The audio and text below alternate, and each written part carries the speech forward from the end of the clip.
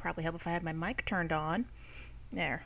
Sorry I was gone for a couple of weeks. I had stuff happening in my real life, and I had to deal with that, including but not limited to, I had to take my cat to the vet. Poor thing's allergic to flea bites, if you can believe that. He was breaking out in the worst rash. I had to get him some special treatment for it, but he's doing a lot better. Big orange fluffy asshole. Oh, okay, so now that we are back, I did do like a small update to the model just because of the holiday. I'm not the biggest Christmas person personally, but what can you do? Everyone else is. So while we make sure everything is back up and running, I'm going to just fix this. There we go. And we'll be continuing on Sound of Drop, Fall into Poison today. So, I don't see any more reason to sit around delaying. Let's get into it. I'm gonna... would help if I actually knew what I was doing for once and opened the right folder. There we go. Okay, so it's going to be fun because I'm trying to remember exactly what happened last time. There. Game loading. There we are. So as we remember, we went to the aquarium and we discovered that things are not like what they seem on there. So...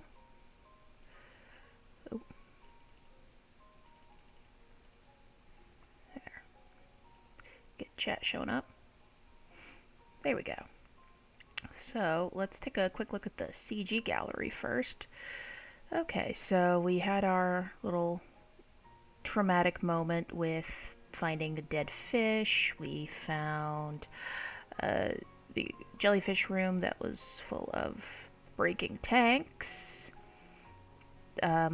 We got a couple of the bad endings already, including one where the creepy dude, Kenshi, was being creepy and then got his head cut off by a fish.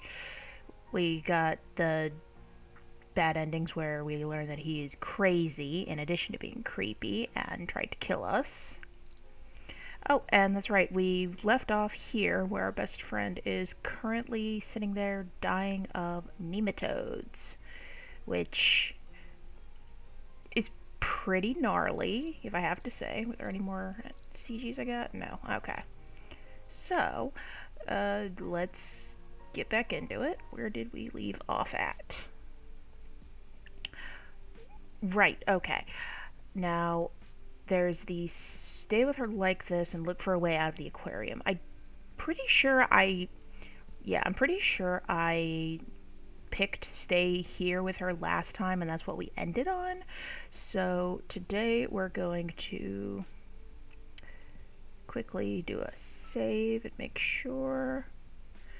There we go. Just in case I decide to come back to this and redo that save. Oh wait, I just saw above it. Looks like I did save there. Oh well. Okay. So now we're going to look for a way out of the aquarium.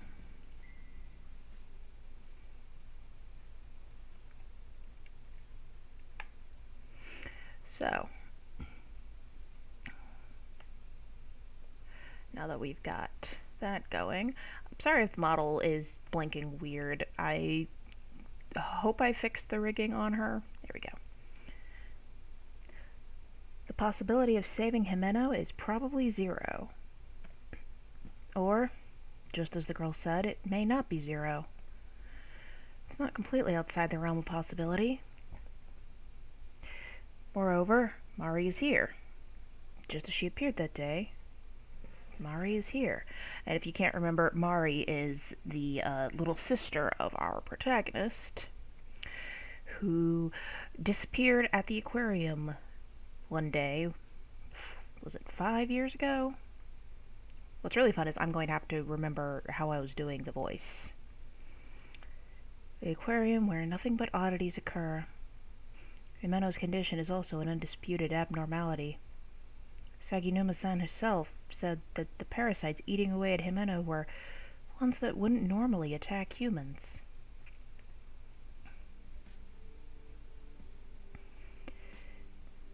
If that's the case, I have to go. Right now, the only one who can save Himeno is me. It isn't as if the staff member, or the mysterious girl, or Hiyoshi-san, or anyone else will save Himeno. I have to walk on my own 2 legs. If I don't, Himeno will not be saved. At the same time as I stand up, I accept that determination. I have no time for my heart to be breaking. My legs are still shaking, but all I have is the certainty that I am standing right now. I spread a nearby blue tarp on the floor and lay Himeno on top of it. I find a towel, fold it up several times, and lay it over her. As crass as it is, she now has a futon and blanket. Just a little while. Just wait a little while. First, I should check the entrance once more. We came to this warped space-time mountain aquarium, then somewhere there should be a connection. It shouldn't be one way. I go back to my original idea, deciding to head for the entrance gate. If I can get out normally from the gate, then next I'll seek a safe route. It will take some time for me to move Himeno, so I need to carefully ensure no more phenomenon will occur. In the event that I can't get out through the gate, it would mean that we're trapped inside Mountain Aquarium. If that's the case, then I'll look for a way to break out of this cage. Circumstances won't be any worse, just different. It will be all right. My plans clarified, I feel as if even I can do this. I have no special skills, and my personality is probably introverted, but my desire to save Himeno is second to none. Okay, in that case... Ooh, we got another red choice right away, so we're gonna save that.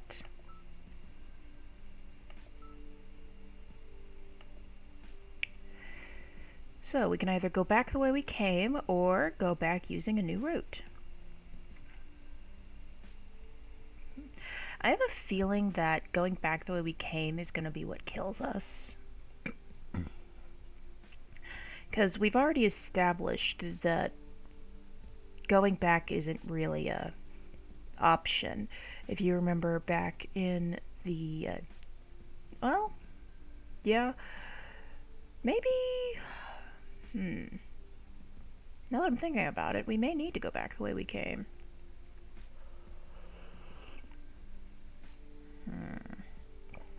Okay, well, we've saved it, so let's just try to go back the way we came and see what happens. Hiyoshi-san is probably in the staff passage I came through earlier, but it shouldn't be a danger I cannot overcome. If I can run past him in one shot, surely it will all be okay. Yeah, that's delusion.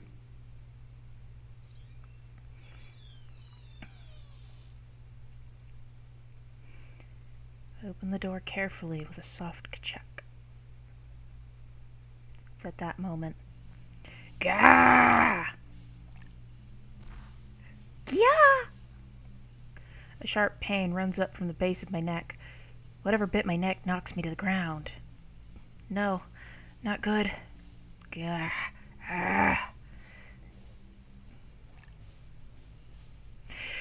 With each bite, the area around my neck makes a squelching sound. The cold stench of iron and the smell of blood. It's the smell of my blood and the saliva of whatever is doing this to me mixing together. Choked up by stench, I realize that the air filling my mouth is hitting the bottom of my chin. Breath from my own mouth shouldn't reach the bottom of my chin. The inconsistency here is because that breath is being vented from an air hole that is opened in my neck. Kahi. My voice isn't a voice anymore. It's nothing more than the sound of air escaping as, unable to offer resistance, my body is overrun by that something. Ah. Ah. Ah. There is no pain. All I can feel is the gradual depletion of my own flesh. That something's head bobs up for a second. It's someone I know. The face of a man I know. Yeah, so before long everything is engulfed in silence. Yeah, we definitely died. Surely, this is my death. Being eaten by the one who saved my life, Hiyoshi-san, is merely my tiny death and nothing more. Are we getting a bad NCG? There we go. Okay, irrational. So we've gotten another bad end, as we're going through trying to get as many of these as possible.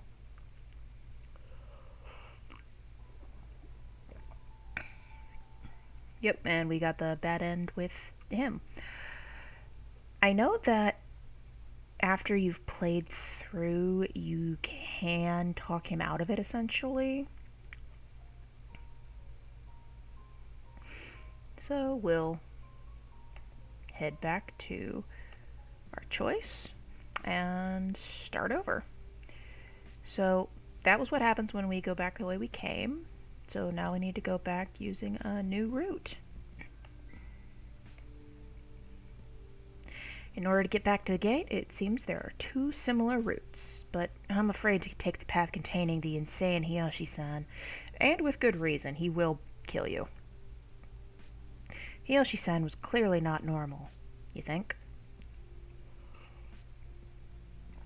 I have the desire to save him, but speaking honestly, protecting myself takes priority. Moreover, as opposed to Himeno, he didn't seem to be headed down a straight path to death.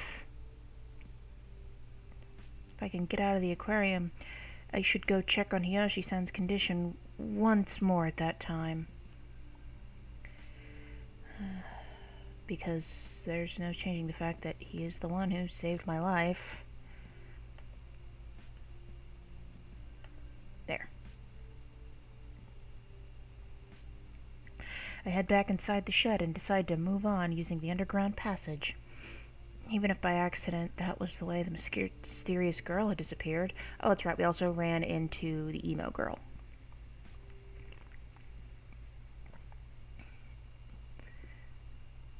Today for breakfast I had a bagel and tea, and I've got water, so I'm kind of doing the whole multiple drinks thing.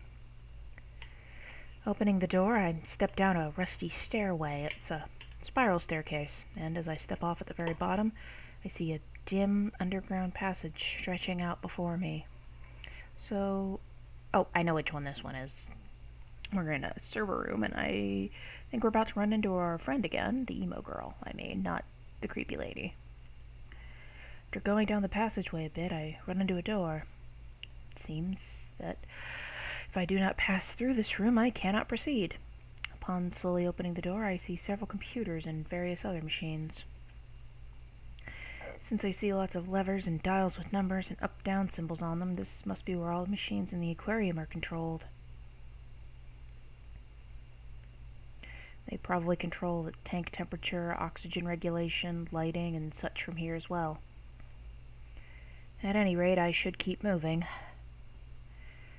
As I proceed, the sound of my footsteps echoes with a click-clack, click-clack, and echo lingers with a click-clack sound. Figures, this place is creepy too. Well, server rooms are kind of creepy on their own. Just rows and rows and rows of towers of wires and whirring machines. It's a bit of a liminal space. I mumble something like that after all that has happened. Even as I reflect on this and walk on, a jarring sound blends in with my footsteps. What was that sound just now? Puzzled, I strain my ear and can hear someone moaning. The voice is coming from my destination, the interior of the cellar. Despite my hesitation, I proceed onward with caution.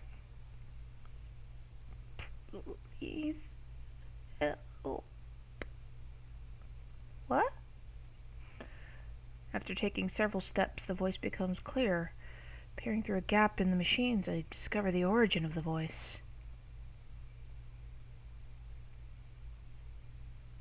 Ayo.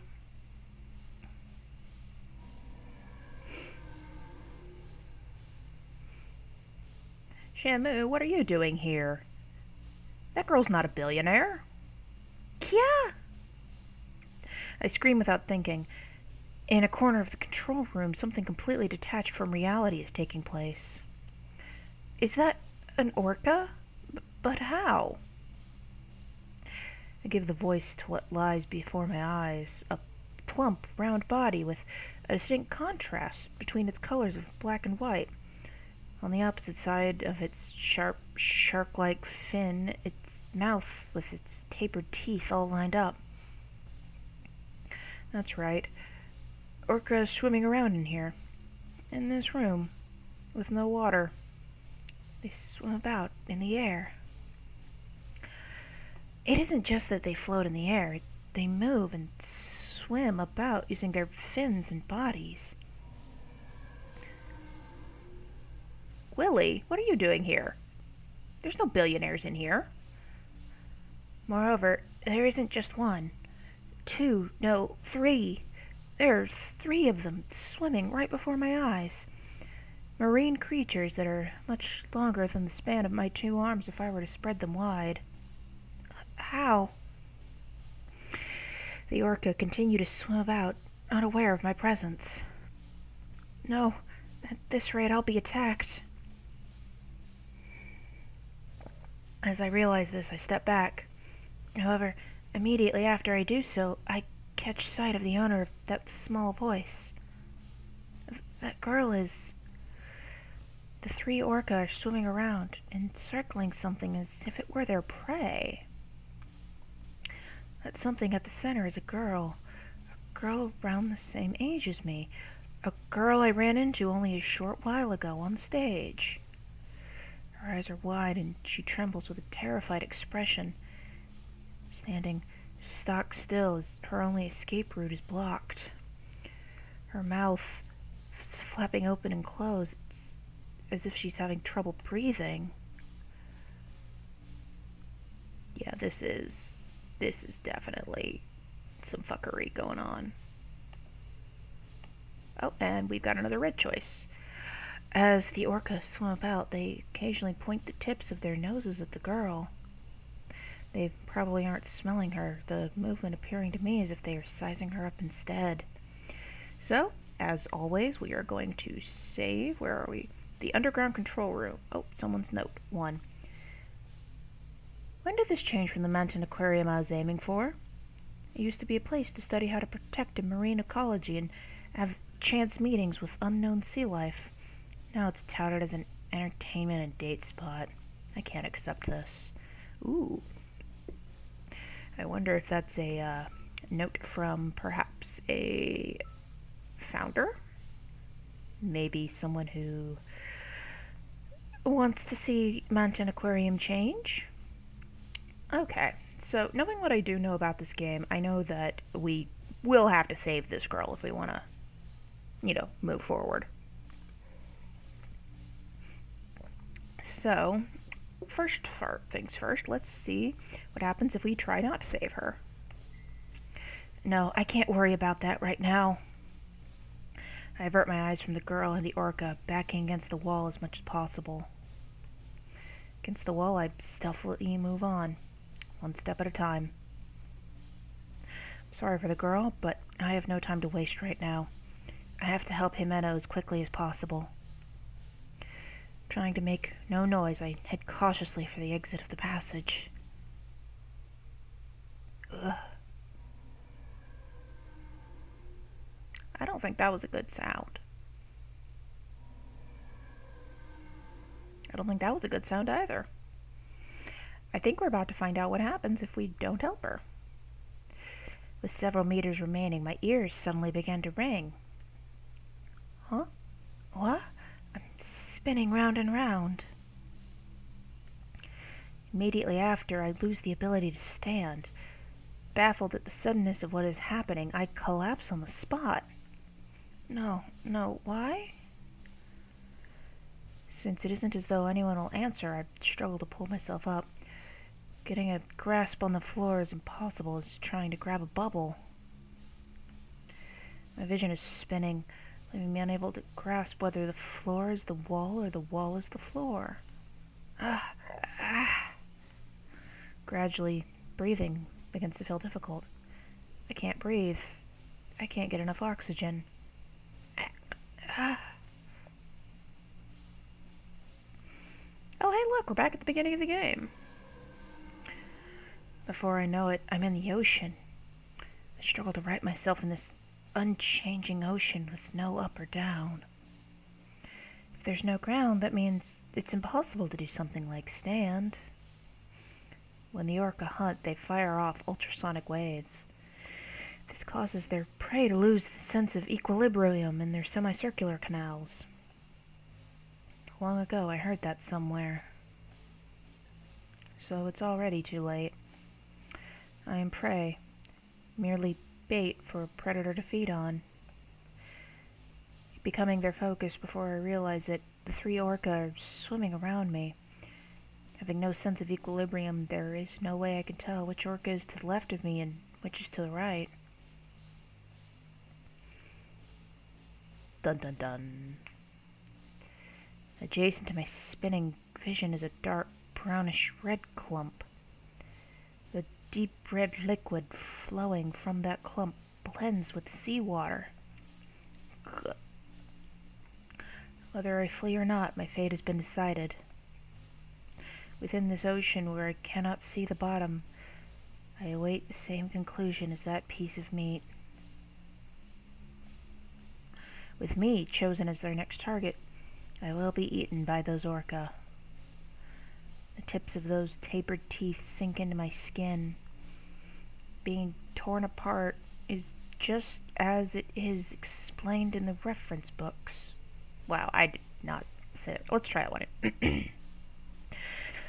Being torn apart is just as it is explained in the reference books, with the orca taking my arm completely off. No scream will come out. That's because my voice dissolves into the water. That distinct pain detaches me from reality. But I still haven't eaten ice cream with Jimeno. I mean, I think you have bigger problems right now than just eating ice cream with Jimeno. Those words appear, vaguely out of place in my wavering consciousness. I can think of nothing but saving Jimeno. So I'm sure she'll be happy. Jimeno is dying behind you. A neck smashed by teeth.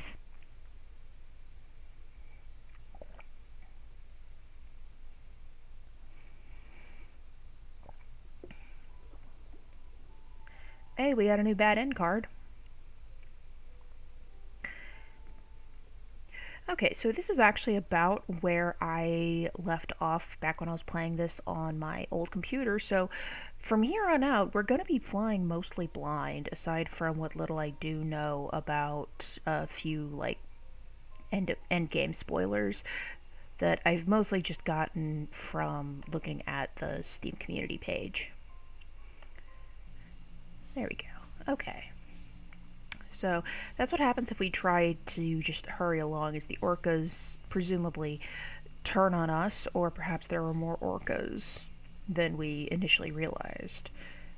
So now we're going to save her. I don't even know that girl's name. However, as things are now, it seems that girl will be attacked by the orca. I push my numerous doubts aside and focus only on that fact. I want to save her. Thanks to those words welling up inside, I can no longer say this doesn't concern me.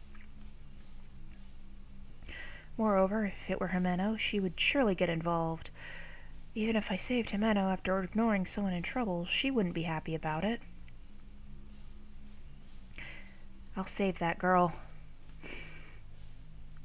Someone? I hear those timid words she mumbles.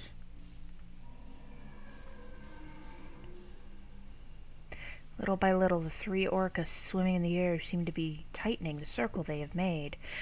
And again, it's like, why are they attacking this girl? She's like, obviously not a billionaire, unless she's like secretly a billionaire and I just hadn't figured that out yet. I have to hurry. But what should I do? Voicing my doubts, I look around. Oh. Ooh. So it's a 3 choice. We don't get these very often. So, and now we're finally starting to run out of save spaces, so we'll put that there. Okay. So let's try getting her away from the orca first, because I don't think that's going to help. What? It is only a second later that I feel something strike my back. Hit so hard it's incomparable to bumping into people in town. I pitch forward and fall. No! Kya! That scream is involuntary. Little by little, the area around my neck starts to hurt, and I scream once more. My breath grows light. Air is blowing out of the hole that has opened in my neck. If I had a nickel for every time that I went to the aquarium and got my neck bitten out, I'd have 2 nickels, which isn't a lot. But it's weird that it happened twice. Ack. After a while, my screams will not even come out anymore. An orca is right in front of me. The 3 orca had been with that girl, and one more was right where I had been heading. It is useless to wonder where it came from. With the orca swimming in air, the concept of space itself has become more than ambiguous. My body is overrun with the orca's small, sharp teeth. I try to raise my voice, but I realize my mouth is full of seawater. Before I figure out what's going on, I'm in the ocean. Okay, so this is pretty much the same as if you try to ignore her. The blood exiting from my body gradually flows upward. I'm not just in the ocean, but it seems I'm in a deep part of it. As I try to fill my chest of air, water flows into my lungs from the hole in my neck. My body will likely return to the sea. As I think this, my body, which has taken on buoyancy, seems as if it belongs to someone else. Yes, you too. Before my eyes is one solitary red eyeball. Let's both curse this aquarium.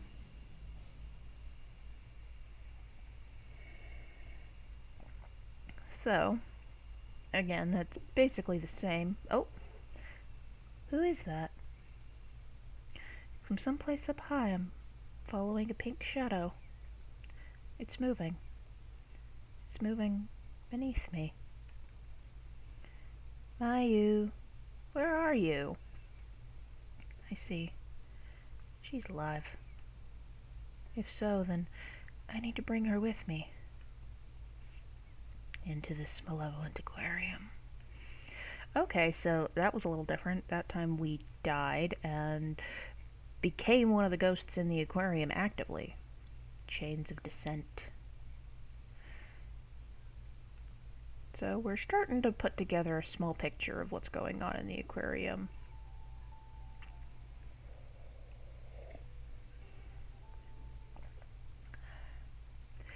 So we're starting to figure out a little bit more about how the aquarium works, and yes, if you die there, you are trapped forever. So, what happens if we move the machines with a computer? It's dangerous to get close to the orca. That's why I can't think of a way to undo these circumstances. If I had bait, I could probably distract the orca, but I don't see anything nearby. Needless to say, the girl under attack is already playing that role. Something I can use. Hoping against hope, I place my hand on the computer console. The liquid crystals on the touch panel seem to power on, causing some sort of control screen to be displayed. This is the tunnel tank, the stage, the jellyfish booth. Aside from those, names of various facilities in the aquarium are displayed. From this computer, I can probably access each of those facilities. However, now is not the time for that. Anything's fine, just ignoring the other facilities. I touch the selection for the basement level control room. The control screen for the air, the speakers, and so on is displayed. How much does the habitat of these orca have in common with the real orca? Realizing I don't have the time to think it over, I decide that the temperature settings are the best place to start. It's ideal for humans, but could burn the sea creatures. It's no use, this will take too much time. The roar of the air is fierce, but there's a little change in what I can feel in my skin. There has to be another way to use the orca's environment. Okay, so I think this might have actually been the correct answer. So, let me save here, and then we will go back in just a moment once I get past here. Oh. Actually, let's go on ahead and go back and do the fire extinguisher. Or, well, do we do the fire extinguisher, or do we do... Okay, you know what? Let's just keep on trucking. And let's see. Orcas don't have a sense of smell, at least not in the same way as humans. I know that much. So we will... There. The orca have begun probing the girl with the tips of their noses. The girl provides no resistance, her mouth flapping open and closed. This is bad. I have to. Small but sharp teeth peek out from the small opening in the orca's mouth. The tips of its teeth seem to sparkle, and my pulse quickens. There is no time left to test another method. The sense of smell. No, I have to calm down. Sharks have a keen reaction to the smell of blood, so it could be the same for an orca. No, that shouldn't be it. I have heard that in exchange for development of their sense of hearing, orca hardly use their side of sense or smell. Wow, I cannot read today. Which, I mean, I can't wear my glasses at all, so I am kind of having to squint a little bit. Let's try it again. No, that shouldn't be it. I have heard that in exchange for the development of their sense of hearing, orcas hardly use their sense of sight or sense of smell. When I take my eyes off the monitor, I spot a mop that has fallen over in the corner of the room. Orca are supposed to have the ability to sense pain. If that's the case, then that will be my weapon. If I aim for the eyes, even I can do it.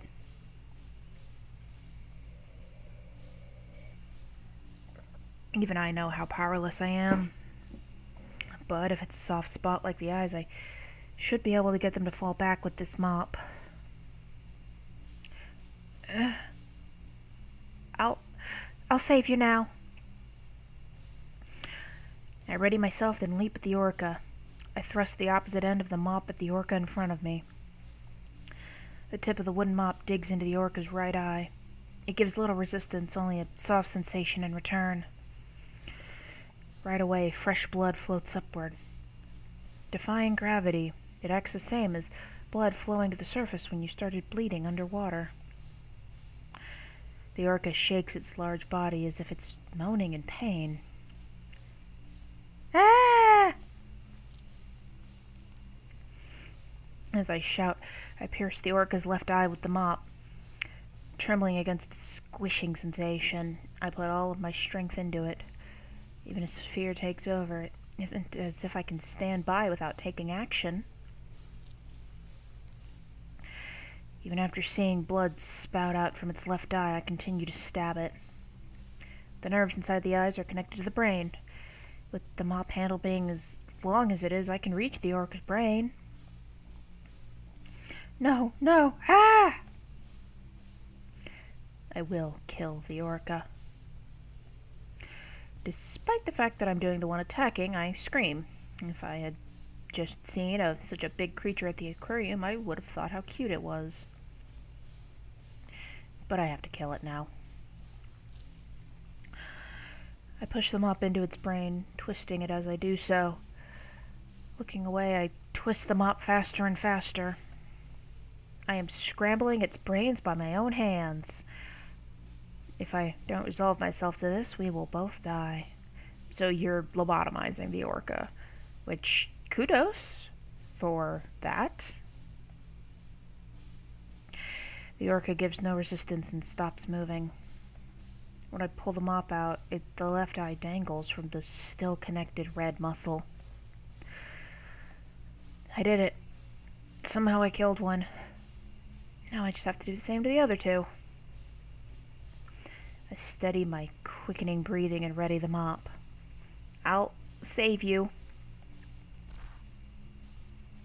When I turn back to the girl, I am shoved up against the wall. What? Before my eyes is a large body. It presses against my abdomen with a strength that contrasts its cute exterior. No, it can no longer be considered cute. Having lost both eyes, the stench of blood rises from those hollow black cavities like steam. My face is dirtied, showered in that fishy-smelling blood. Its left eye, dangling from a red muscle, glares at me. Why? The stench of a rotting corpse is already wafting off the orca's body. Reddish-brown mucus spills from its mouth. Suddenly it feels as if something touches my hand. Something with the same feel as the scrambled brains. The mop is easily broken by the orca's body and floats around me.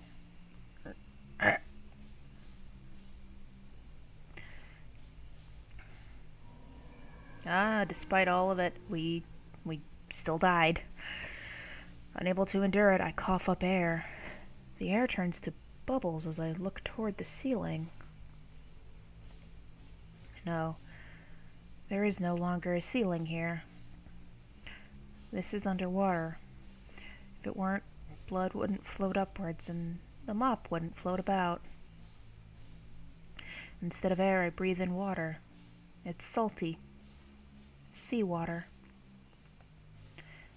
I can no longer breathe. A dull sound resonates. Called by the sound, two orca follow.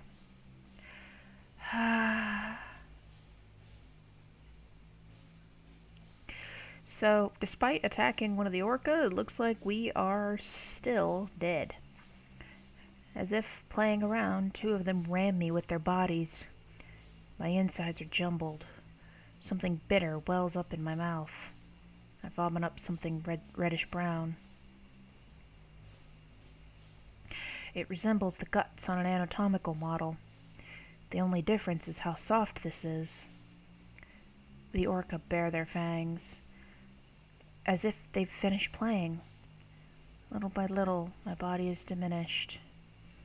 I am becoming part of the orca. Unable to be properly consumed by the orca I was supposed to kill, my flesh spills out from its eyeballs. That's right. The eyes and mouth are connected. There's one more thing I've realized. That I'm probably already dead. Okay, so attacking the orca with the mop doesn't work. Earth-shattering. Okay, so we've attacked the orca with the mop, and that didn't work. Let's see. Trying to think, what should we do next? Because we've reached the point in the game where I'm flying blind. So from here on out, bad choices are going to be new, and I'm not going to be totally sure what's happening. So, let's head back. Okay. Now, where did we leave off? So, sense of smell didn't work. let's try. And it was also kind of the sense of pain. Like, I'm a little confused because it was both sense of smell and sense of pain. Oh, I think I know what's going on. So I'm going to click on sense of pain and we'll go through a few lines, but if it looks like it's going to be the same, I'll just come back here and we'll do sense of hearing. Probing the girl. No resistance. It looks like... Let's see. Something that could serve as a weapon. That's the mop. Okay. So, as I suspected, this is the same. So, sense of smell and sense of pain both feed into the same ending. So we'll go back. And we'll use the sense of hearing and see if that works. The orca have begun probing the girl with the tips of their noses. The girl provides no resistance, her mouth flapping open and closed. This is bad. I have to... Small but sharp teeth peek out from the small opening in the orca's mouth. The tips of its teeth seem to sparkle and my pulse quickens. There is no time left to test another method. I have to find some sort of solution from within the machines right in front of me. The speaker. I discover the volume setting on the liquid crystal display and hazily recall something inside my mind. Sound. Ultrasonic waves. Their sense of hearing. I remember something I saw on TV about orca and their environment. Dolphins, whales, and other similar species use sound for communication. The various species make noise and can comprehend that sound. These are creatures with excellent hearing. Anything's fine. Just some noise. That's my only hope, I think. If I can make a loud enough sound, I can probably repel the orca. Setting aside my feelings of impatience, I set the volume as high as possible. All that's left is where the playback comes from. I wonder where the sound comes out. Huh? At that moment, chills run up my spine. The girl and the 3 orca are at the periphery of my vision. Then I wonder what in the world it was that just brushed against my spine. Could it have been... Despite trying to keep it under control, my heartbeat has rapidly increased. Sweat drips from my forehead. There is one more orca here now. 4 in total. And that's the other orca that attacked us if we tried to leave. That's the one that was swimming up. Huh. As I realize what is happening, I suddenly feel my legs floating. Not just that, but suddenly my entire body is floating about. No, there's no way I could be floating in midair. My body has taken on buoyancy and is floating. Oh, we're all 3 of these bad ends. Ack! I try to speak, but salty water flows into my throat. This is underwater. Without realizing it, I've ended up in the ocean. Unable to breathe, I am suffocating. This is bad. This is bad. Not only does it seem like I will drown, but the orcas are at my back. My eyes have finally grasped their enormous stature. On the other hand, the backdrop of the basement has disappeared. The computer and machines, I can no longer see any of it. Ah. It is no good if things stay as they are. I'll be attacked. I'll become the orca's helpless prey. My hands wriggle about and seize a long, narrow pole. As I'm prodded by the tip of the orca's nose, my body gives a violent shake. The orca has the intensity of a semi-truck. The force from being pushed causes the pole I grab to spin about. Gah! Ah! The orca opens its mouth right before my eyes. The fangs, which I have seen only from a distance, seem very large at point-blank range. No! Jimeno! Pulling my body back, I began to float slightly away from the orca. The velocity at which I'm floating backwards is still much slower than the speed of the orca's approach. As I'm trying to use the pole I'm holding in my right hand as an axis, it begins to spin. Falling victim to the current created by the orca's movement, I lose hold of the pole. An orca approaches from the front, seizing me.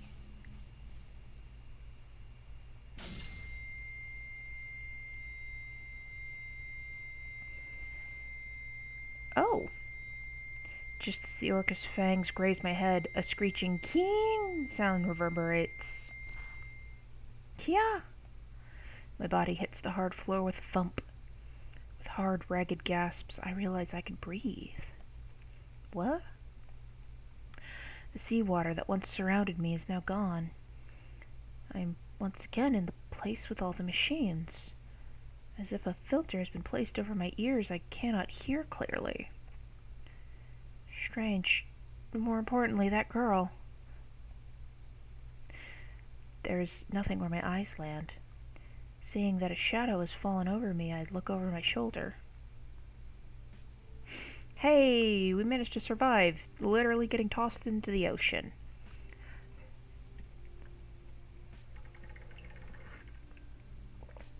The girl from earlier is touching the machine. It seems as if she's talking, but I can't understand what she's saying because I cannot hear. As if someone has covered my ears. On top of the computer is a microphone. It's spun around. It's the type connected directly to the machine. Right. I accidentally... The howling and the clicking sound. You may... A bit of a... hearing. As the filter over my ears fades, I'm able to understand the girl's words. The clicking sound, the ultrasonic waves the orca emit. The loud volume of that sound is probably repelled the orca. The illusion of being in the water is also gone. Somehow, we seem to have escaped danger. As I stand up, I start to feel relieved. Good. Don't start feeling relieved on your own. If you look at the big picture, our situation hasn't changed all that much. This girl looks a lot like Mayumi's sister that we get like those little bitty flashbacks of. Huh? Mari? What did you say? See, even Mayumi thinks so. Long hair and a bit shorter than I didn't realize it earlier, but she has the look of my missing little sister from behind. Her hairstyle and color are different, but something about her makes me feel nostalgic. The girl turns away from the machine and looks at me. Her eyes are the same color as Mari's after all. If Mari had continued to grow, she would surely look like this. If you're going to cause a disturbance, don't involve me. Well then. Oh, wait a second. I refuse.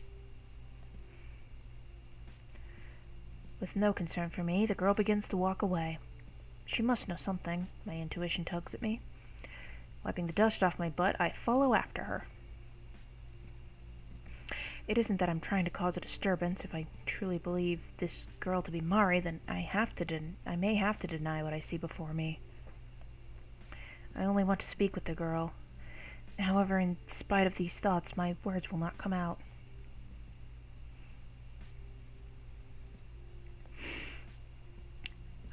I'm searching for my little sister who went missing here 5 years ago. You look a lot like her, that's all. So that is why you saved me, then? No, that's not it. It's just... you were in danger, so... I don't get it. Well then, tell me what you know about this mountain aquarium. Because my little sister and my friend, Mari and Himeno, I want to save them.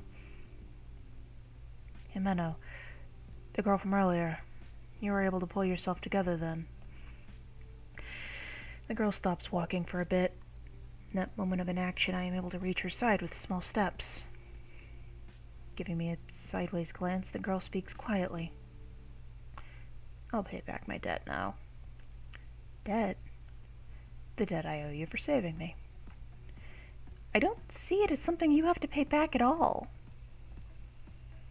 I think it is, because I don't know when either of you or I will die. I should pay it back while we're still alive. So, within this malicious Menton aquarium. Malicious Menton aquarium. The place where we're standing. It was born from an incident 5 years ago. The malicious alternate dimension existing alongside the regular one. If it weren't, such bizarre phenomena wouldn't occur. Malicious alternate dimension? What exactly do you mean? If I could explain it, I wouldn't be having all this trouble. Oh, shit. I accidentally skipped that when I was trying to hit the button. The girl says curtly, and just like that, turns around. Her words only deepen this mystery further. This alternate dimension world. Could it be like the parallel world Hiyoshi-san was talking about? Paying no heed to my being deep in thought, the girl starts walking again. Wait, at any rate, could we at least say we're trapped in this aquarium? To my knowledge, though I haven't tested that theory. I'm getting out of here, together with... Oh, wait. Darn it, I keep messing up the voices.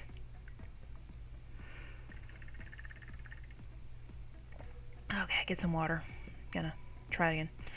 I'm getting out of here with someone precious to me because I will save Himeno. Do what you want. Don't you want to escape as well? If you do... Oh. Okay, so... Even though this one isn't a red choice, if we'd go together, that might give us some slightly different incidents. Okay.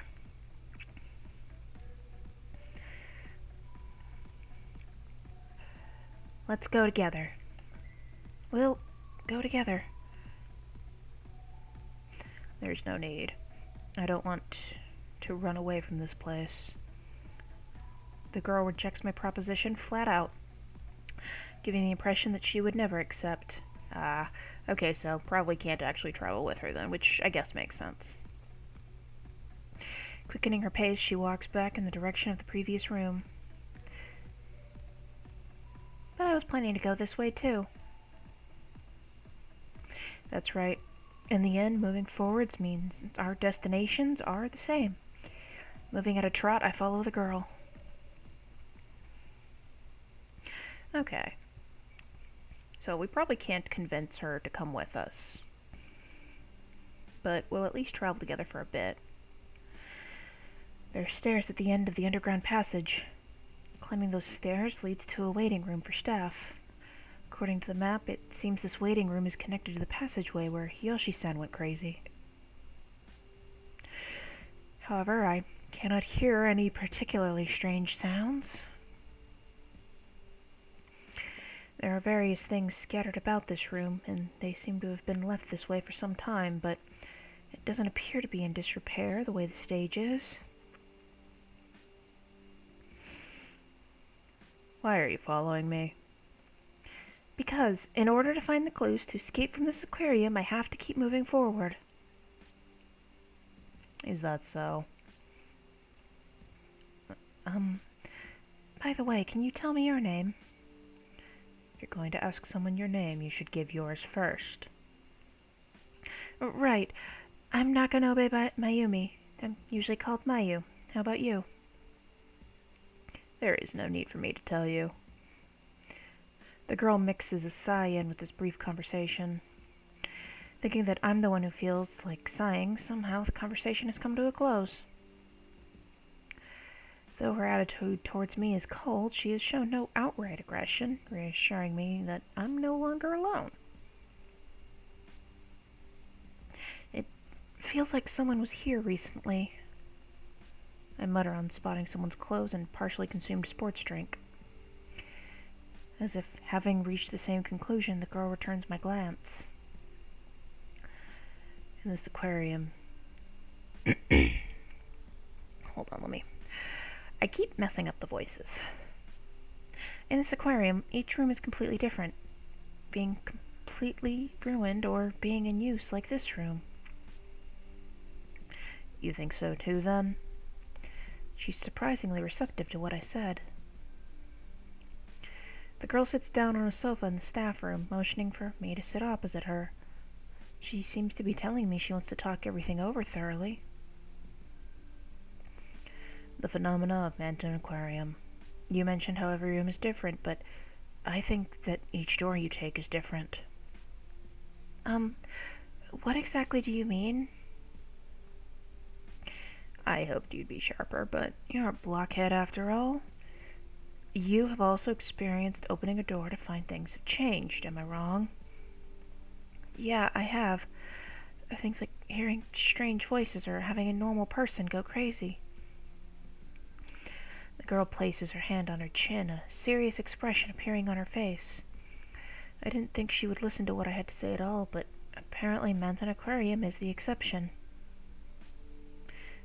You mean... Again, with the voices.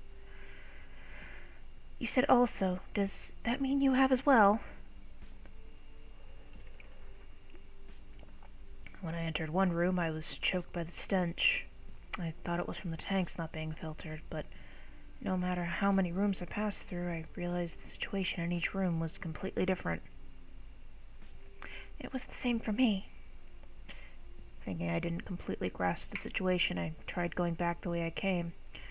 When I did so, the situation was completely different the first and second time around. At first, the fish and stinky tanks were swimming about. Do you get it? When you open the door, the circumstances of the room change? At the very least, the doors are the key. After hearing your story, I'm convinced. After saying this, the girl rises and adjusts the hem of her skirt. Well, I'll be off. Wait a minute. Shouldn't we share information, like what things are in each area? There's no need. It changes each time you open a door, so all of our experiences up to this point are in the past. With that cold attitude, the girl puts her hand on the exit door. Somehow I feel that trying to stop this girl from going on alone is pointless. Slumping my shoulders with the realization that I will once again be alone, I discover a book lying on the sofa. Where you were sitting just now, is that a diary? A diary? It could belong to one of the staff of Manton. Could it belong to one of the staff of Manton Aquarium? I may have to stop doing the voices because this is starting to really mess up my throat. I'm not exactly a voice actor type of person. The girl reacts with sudden interest and returns to the spot facing me. Somehow, just as the girl said, it seems to be a diary. Manton Aquarium staff member. A bit larger than a paperback. A bit larger than a paperback. Wow, I am just really borking on this voice today. Like, what is my problem? That's what I want to know. Let's try this. Okay, so I'm going to attempt to lean a little more forward so I can actually see what I'm reading, because I am actually blind. Somehow, just as the girl said, it seems to be the diary of a Manton Aquarium staff member. A bit larger than a paperback, it is similar to a pocket notebook. Let me see it. Ah, the girl takes the diary from my hands and opens it. This date, it's from 5 years ago. From 5 years ago? 5 years ago. How many times can you say 5 years ago in a row? How many times? The date Mari went missing, and that incident with the girl and that incident the girl mentioned occurred. Mountain Aquarium was the thing these two incidents had in common. This diary is something important written inside. That is what my intuition is telling me. I want to look too. Pulling back the girl's arm as she reads the diary on her own, I force my way in so I can peek at it as well. In the beginning, it is all a simple description of this person's job. I'm interested in how the fish are cared for and the hidden workings of the aquarium, but now is not the time. The girl flips through the book, looking for important information. This is what I want as well. Let's take our time going through this part. The date is one I recognize. A cold day, halfway through January. The date of my first visit to Mountain Aquarium. A day of destiny. There's been an accident. A big one. The fish in the deep-sea fish booth died due to an error in the pressure control valve. In the ensuing panic, Director Sakuragi died as problems with the machinery increased. The loan on the deep-sea fish booth hasn't even been paid off yet, but tomorrow it will be closed right away. It's being called a closure, but the staff is being called together. I'm so down. I'm moving on. Okay. The girl continues flipping through the diary. Could this director's death have been the incident the girl was talking about? For some time after that entry, it seems to just be his grumblings. Evidently, the girl is skipping over these parts. Seems this employee was going through some tough times. It's been 3 months to the day since we started operating with the deep-sea fish booth closed down. Customer traffic has decreased, even though we do have the tunnel tank and jellyfish booth. Thanks to it being promoted as a date spot, the amount of couples coming in is increasing. Our bonuses have probably been cut, but it seems we can continue without losing any staff. Oh. Okay. That's interesting, because remember the little bit we read earlier when I had it paused? It was someone who sounded like they were in charge, grumbling about it being advertised as a date spot. But the director died on the day of the incident. I wonder if the incident is what caused Mountain Aquarium to turn into this, and that's the director's spirit is the one that's giving the information on the pause screen. Let's go to the pause screen real fast, because we're in the staff room. Okay. Mountain Aquarium, staff room. How does one get a job in an aquarium? Working at an aquarium is a very popular occupation, but what can I do to get a job at my favorite aquarium? There is no one answer. Everyone has their own way of doing so. Don't forget to reaffirm your intentions. Okay, so it's not the director giving the information on the pause screen. But this is interesting. So, it wasn't the director who was giving his opinion on that screen, unless maybe it was. Finally, an optimistic entry. 3 months since the accident. For a recovery, it happened pretty fast. I don't think I was as positive as he was 3 months after Mari disappeared. The girl finally begins to read on in the diary. After a month passes in the diary, the speed in which she flips through the pages slows down. Lately, strange rumors have begun to spread, like that the water in the tanks turned to blood, or that the director's ghost swims about. Okay, so the director's ghost is the one that's swimming in the tanks that people have been singing. They're urban legends. I don't know who's spreading these rumors, but they seem to be popular amongst high school girls. Thanks to that, the amount of high school girl customers is increasing. It's probably a one-time boom. Once the boom is over, there's no doubt that the amount of customers will recede in contrast. They've been around for 5 years, these rumors.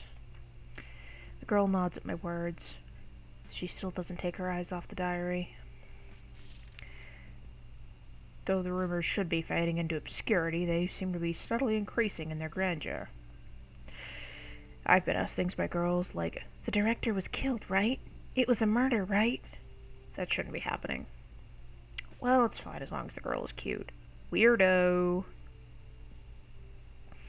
For a second, a scowl appears on the girl's face. The staff person's candid thoughts aren't really reassuring. It would probably be impossible for anyone to remain neutral about this, so I can sympathize with the girl's sudden expression. Sullen, not sudden. Again, have I mentioned I can't see anything without my glasses on, and I have to take them off for the tracking to work? Maybe I shouldn't do visual novels on this. Even amongst the staff here, rumors have begun to spread. Even those who are decent adults are keeping them alive. I want Kozuki to stop with the, there's so many fishy things about the accident in the deep-sea fish booth, and playing detective. The girl pauses briefly as she thinks something over, but when she realizes I'm looking at her, she flips the page noisily. That Kozuki. He's been out for 3 days now. He's pushed his luck too far by encouraging these rumors. It doesn't seem to be just someone skipping work. The girl's puzzled expression gives a hint of something more. That guy. Ever since he came back, he's gotten weird. How are the fish? How is the ghost? I'm the only one that's actually listening to him. From here, the writing gets messy. It does. Don't play around. Stop messing with me. What's going on? Kozuki drowned to death in one of the tanks. I thought he'd been going too far with these rumors, but he was a good guy. Everyone else has started calling it a curse. What's going on, damn it? Again, someone died in Menton Aquarium. And he was a person who was active in spreading the urban legends. With that, the rumors would become easier to swallow. For children and adults. Something is weird. Lately, deaths amongst the creatures we have on display have increased. After all our work to recover, management is hitting a slump again. The weird rumors aren't going away either. Why can't I see the ghost of a girl inside the aquarium? It's so over the top, I don't get any of it. The two of us continue to read intently. Lately, I'm seeing fish everywhere. As if seeking prey, I have a voracious appetite. Come to think of it, I've started to think that rumor in particular might be true. After the closing of the exhibit, I've seen a girl with long hair. Even though it's June, she's wearing winter clothes. There's no doubt about that. What? Without my noticing, that word slips out. No, that's wrong. Denial appears in my mind. The girl notices that I've fallen into a strange state, and she curtly says, "Concentrate." Either way, I'm already concentrating. I take a deep breath and steady my breathing, squinting to follow the words of the diary. I've got crazy, or so many of them say. What's crazy about me, I haven't the slightest idea. This is an aquarium, so it shouldn't be weird for there to be fish everywhere. Look, even as I write this, they swim around me. There's clownfish. This is probably the same phenomenon I experienced. Yeah. Fish swimming about, even in places with no water. It had to be connected to the phenomenon in the underground control room.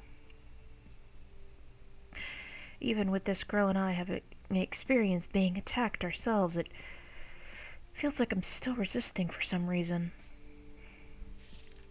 Lately, I've been feeling like I'm going to drown. I wonder if my body is weakening. Nevertheless, everyone is so cruel. Even if I were to start drowning in this room, no one would help me. Drowning with no water there, that's... Yes, the same phenomenon. And by this room, maybe... the room we're in right now. The staff room. I want to go ahead and quit. I'm at my limits. Fish are swimming around everywhere. No matter where I go, I feel like I'm drowning, and no matter what, no one believes me. Ever since Kozuki died, I'm miserable. The next entry is the last. Yeah, let's take a look.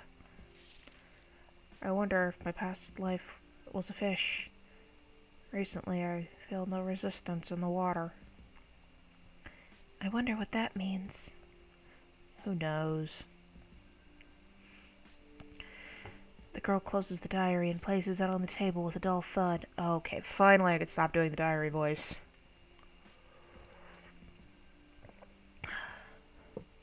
The last entry in the diary was July 10th. Around the same time of year as now. I wonder, what could have happened to the staff member after that? Somehow, I know the answer. Surely he met the same fate as the one called Kazuki. As I mull over my doubts, I notice a half-full plastic bottle on the table. This juice. The expiration date on it is from 4 years ago. There is a calendar on the other side, but also from 4 years ago. I thought this room seemed to have been recently in use, but it's the mountain aquarium from 4 years ago. 4 years ago. Yes. The prices in the pamphlet left here are also 200 yen cheaper than they are now, so there's no doubt about it. Despite my lingering doubts, I believe what she says. Up to this point, I've seen time passing in a weird fashion here many times. Rather than being in awe of the fact that we're in the mountain aquarium of long ago, I'm more caught up in the realization of how many years have passed. Once, 4 years ago, Mountain Aquarium closed down for about half a year. It was right around July. Surely that was when this employee died. I had no idea. It wouldn't have been that big a deal. There are other things for people to do for fun. Anyway, the current urban legends about Mountain Aquarium probably came from this period. And they aren't merely rumors. You're saying there could be others that wound up in similar circumstances to ours? Yes. Moreover, there may be someone who got out of this mountain aquarium. There has to be a clue somewhere else after all. This diary hints at that. However, this diary holds one more possibility. That 3-day absence from work after that disappearance. The person called Kazuki had an accident and died. Kazuki had returned to the real world but was unable to live on peacefully. There is a stinging sensation inside of me. The reason we came to Mountain Aquarium was because of Himeno's ghost story. Couldn't that also have been someone who returned from Mountain Aquarium? The story's content was different, but the result was the same. The full moon and red water could be considered a dramatization of an urban legend. There's something that's bothering me. It's a ghost story I heard from Himeno. Ghost story? Having caught the girl's attention, I tell her the story as we sit. I forget some of the finer details and mix up the order, but I give her the same general story. You heard this story from that girl Himeno?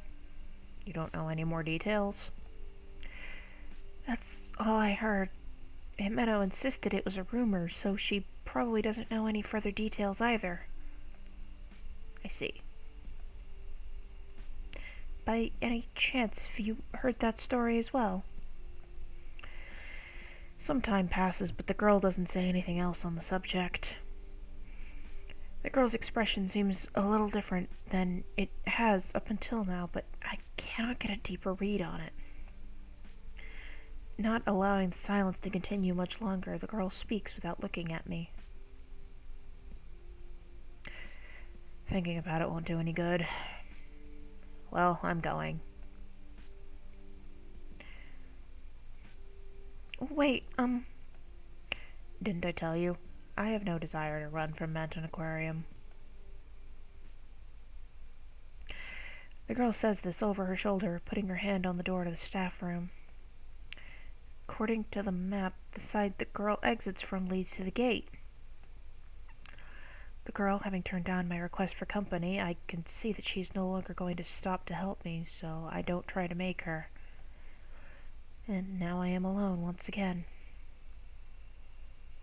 This room has neither the sound of machines nor that of ventilation fans, so I can hear the beating of my timid little heart.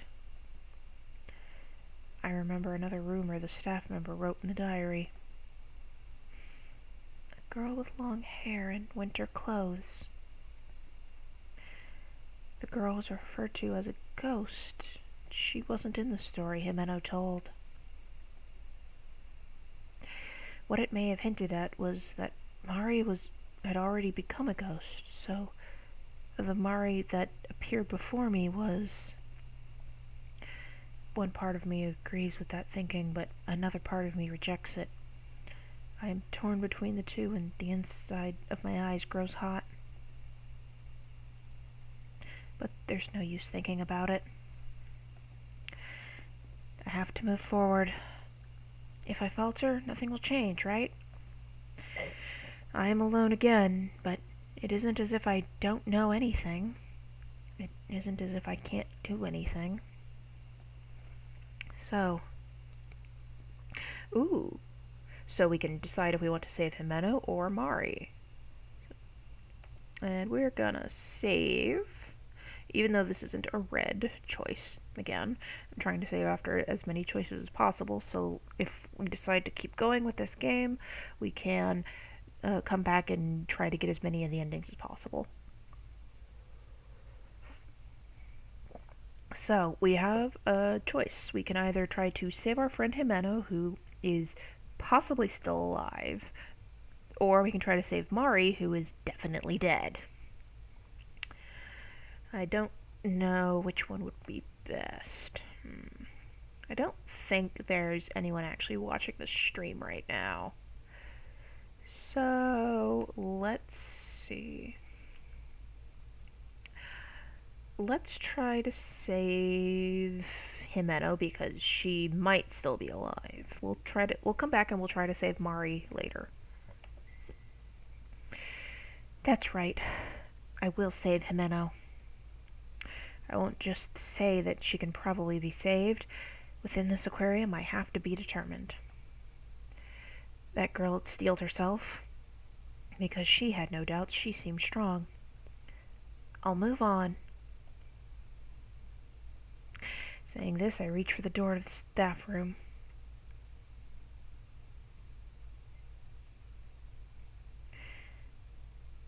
That was definitely the first time we switched seats in 7th grade. Ooh, flashback.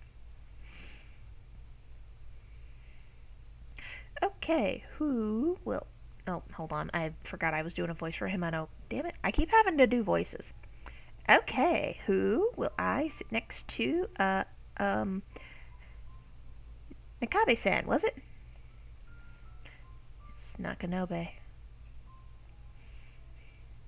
When I first entered junior high, I didn't really make an effort to talk to any of my classmates, so I had no friends.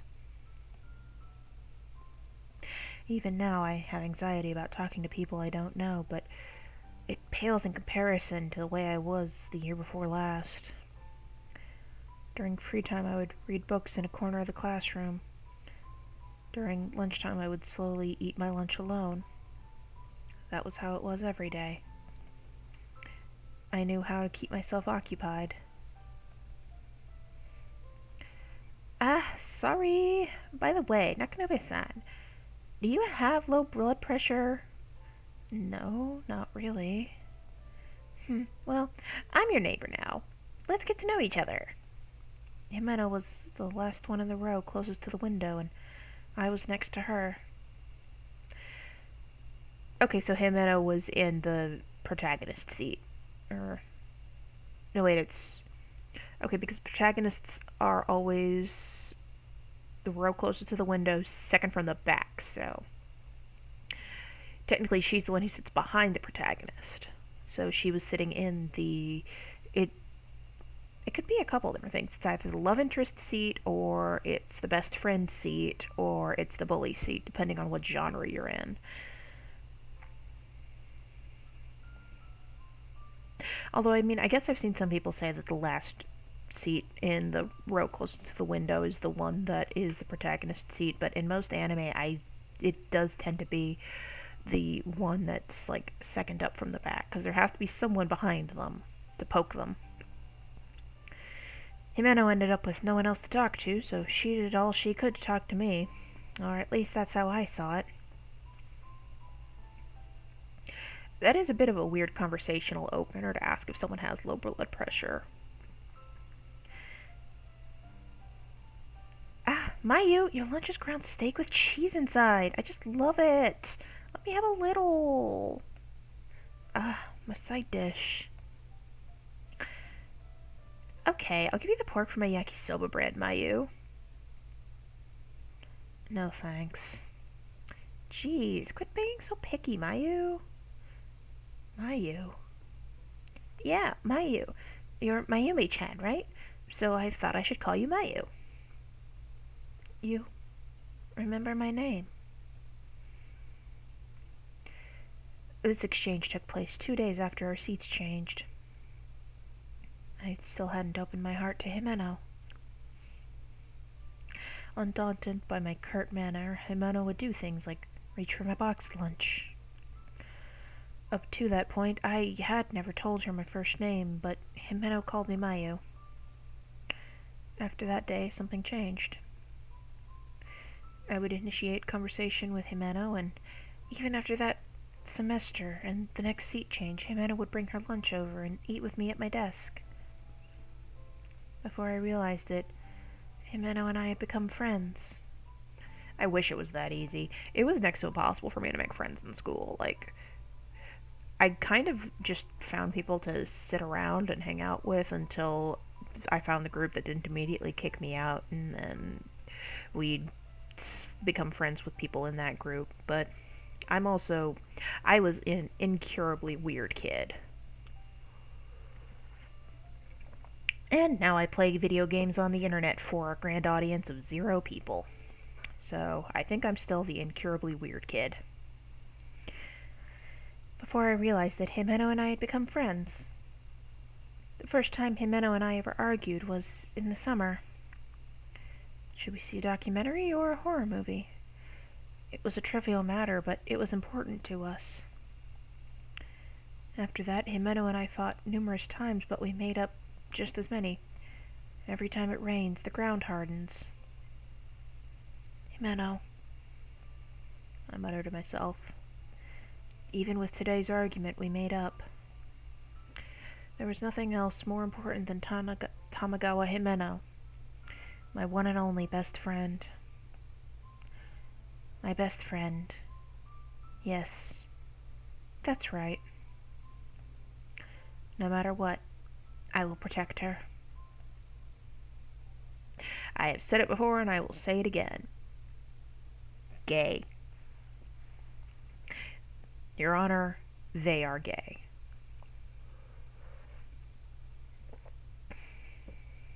Okay.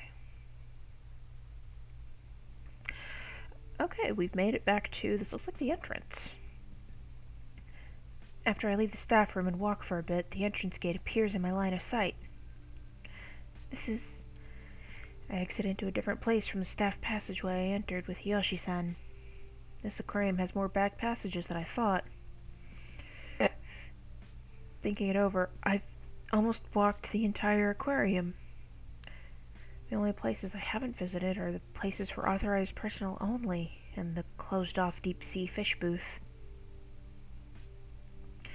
Diagonally across from this area is apparently an authorized personnel-only space, the director's office, reachable by going behind the Fish of the World booth. There's a map for authorized personnel to use hanging on the door to the staff room. If I head out from the tunnel tank, I can make something of a shortcut, but I'm still afraid of the flying cutlass fish. Oh yeah, that's the fish that was bouncing around in there that in one of the bad endings decapitates Mayu. Going through the door will probably cause the state of things to change, but I can't handle things getting as bad as the tank breaking or something like that again. If that's the case, I'll have to go by the jellyfish booth. In that room, even if the glass is broken, I know I can deal with it. If I walk carefully, I won't fall. I mean, you are wearing ugly-ass sandal boots. Like, you can definitely still get stung by a few jellyfish. Like, if memory serves, it's a Portuguese man-of-war, which I'm not sure if I'm crazy and making this up or if I'm remembering correctly, but I seem to remember something about how man-of-war have, like, some kind of spike poison on the top of their bell. I can't remember. I can't just loaf around here. Closing up the map and starting to walk, the gate to Mountain Aquarium appears in my line of sight. I wonder if I can get out this way.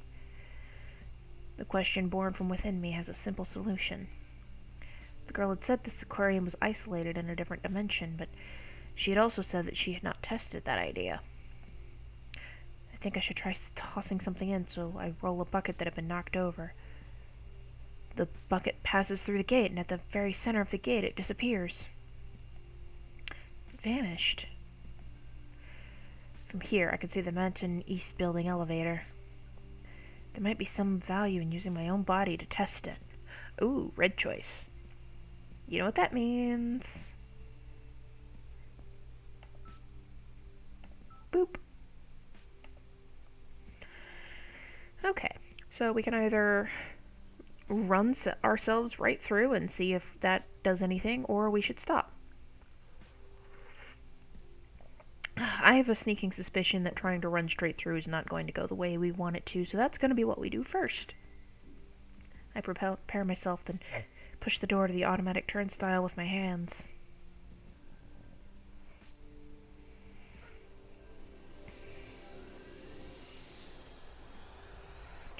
Oh.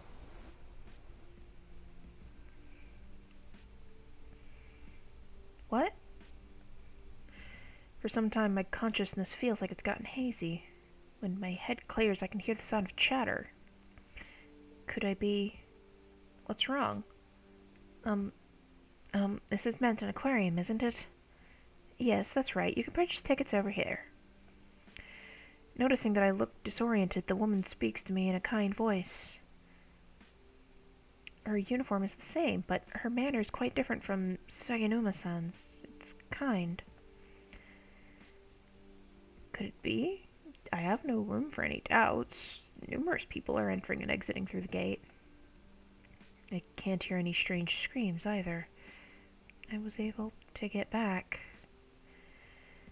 But I have no time for relief. There are some problems that remain unsolved.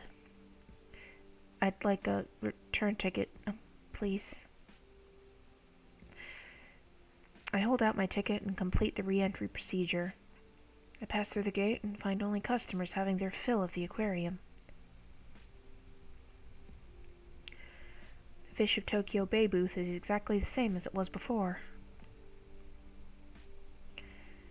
I am able to pass through the tunnel tank normally. There is no danger of anything like the flying cutlass fish.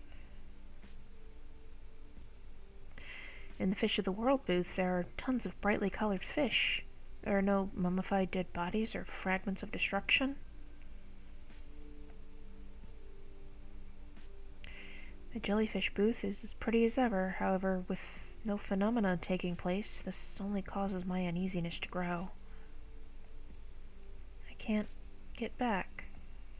The fact that I came back but now can't return is quite a contradiction. But that's the way it is, after all. I want to return to that Mountain Aquarium that is full of phenomena. A different dimension, side-by-side worlds, parallel worlds. Whatever they really are is irrelevant. I just need to return to Himeno's side. What do I do?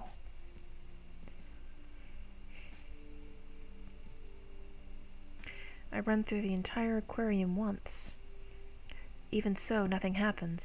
That Mountain Aquarium with the heavy atmosphere, it's gone away somewhere. Big sister. Mari? I am aware it's an auditory hallucination. I just wish that she could hear me.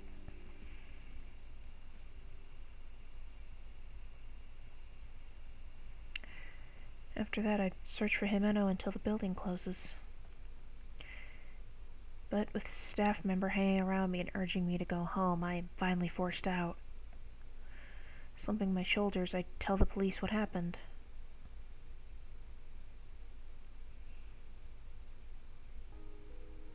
Uh... 5 days ago, Jimeno's parents filed a missing persons report. Despite my frantic feelings, no news comes about Jimeno. A clownfish. On my end, I haven't had any major accidents. In regards to myself, even outside the aquarium, I have begun to see fish. I trip over things that aren't there. I start to feel like I'm going to drown. Mom and everyone else are worried about me. For the past 3 days, it's been getting hard to breathe. It's hard to breathe. I see what's happening. Finally, 1 week later, I'm in a bed. Yes, I've been admitted to a hospital near Manton. While the cause is unknown, my lung seems to be failing. Now I can't breathe without a machine to assist me. I wonder how long I'll be hospitalized. As much as I love reading, I've grown tired of even that. From the hospital window, I can see the top of Menton East Building. Jimeno. Even though I want to speak her name, my voice won't come out. My trachea is just too weak for it. If I can, I want to eat ice cream once more. My beloved cookies and cream. With my beloved Jimeno. Gay.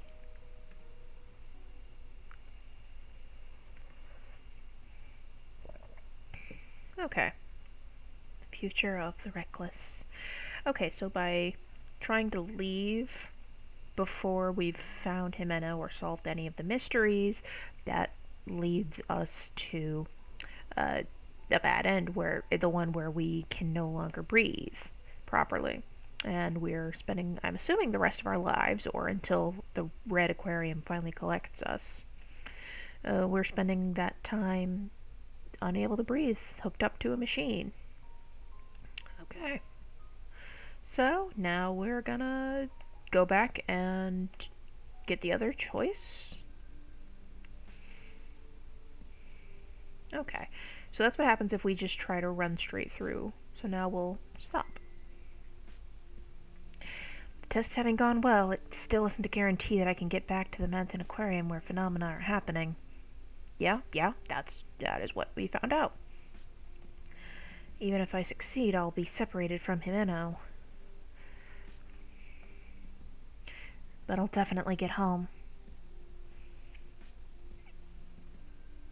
I mutter to myself. It's strange, since it's as if I'm talking to the entrance gate, but it's a declaration of my resolve.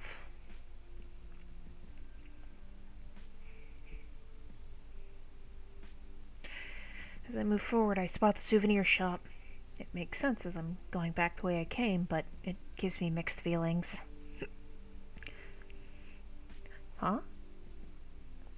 It is there that I witness an unexpected sight. The girl from earlier is standing in front of the souvenir shop, apparently lost in thought. So the coordinates where the doorways lead has to be fixed by someone. Otherwise there would be no way you would have come across me being attacked by that orca in the machine room. What? The coordinates where the doorways lead has to be fixed by someone.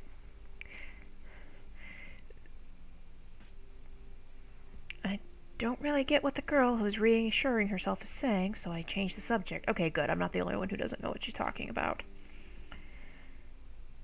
What's wrong? Did something happen at the souvenir shop? Just now it looked like someone went inside. Someone?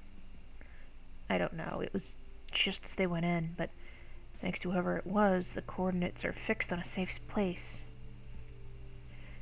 It could have been Mari. Your missing little sister, right? I'm sorry, but no, it was definitely an adult. I mean, yeah. I glance over at the entrance to the souvenir shop. Even as I peer through the semi-transparent wall, there are no human shadows. Still, if the person she saw walked through a door and moved to different coordinates, it wouldn't be strange for there to be no one in there. The girl said it was an adult. Could it be Hiyoshi-san? Hiyoshi? Who's that? Someone who saved me when I was caught up in the dangers of Mountain Aquarium. He went crazy in a staff passageway and I moved ahead on my own. After I explain as simply as possible what happened back then, the girl just nods and says, Well, he might have regained his sanity and found an exit, or he might be wandering around still crazy. Whichever it is, I think it's worth checking out. Hiyoshi-san seemed like he knew things about Mountain Aquarium. Well, why don't you go? I'll be waiting here. Huh? Aren't you coming with me? Got all the way to my throat before I gulped it back down. Either way, if he's not here, we might not be able to go through the door and return to this safe place. Right, I don't know this Hiyoshi-san's face, so it's better for you to go. Come back in 5 minutes. If you don't, you'll leave me? Of course. The two of us both dying or getting hurt would just be stupid. Yeah, this girl's a little bit mean.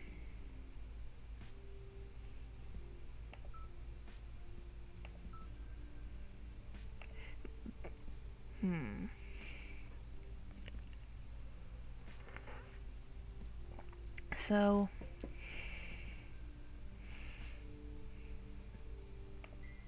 you're mean.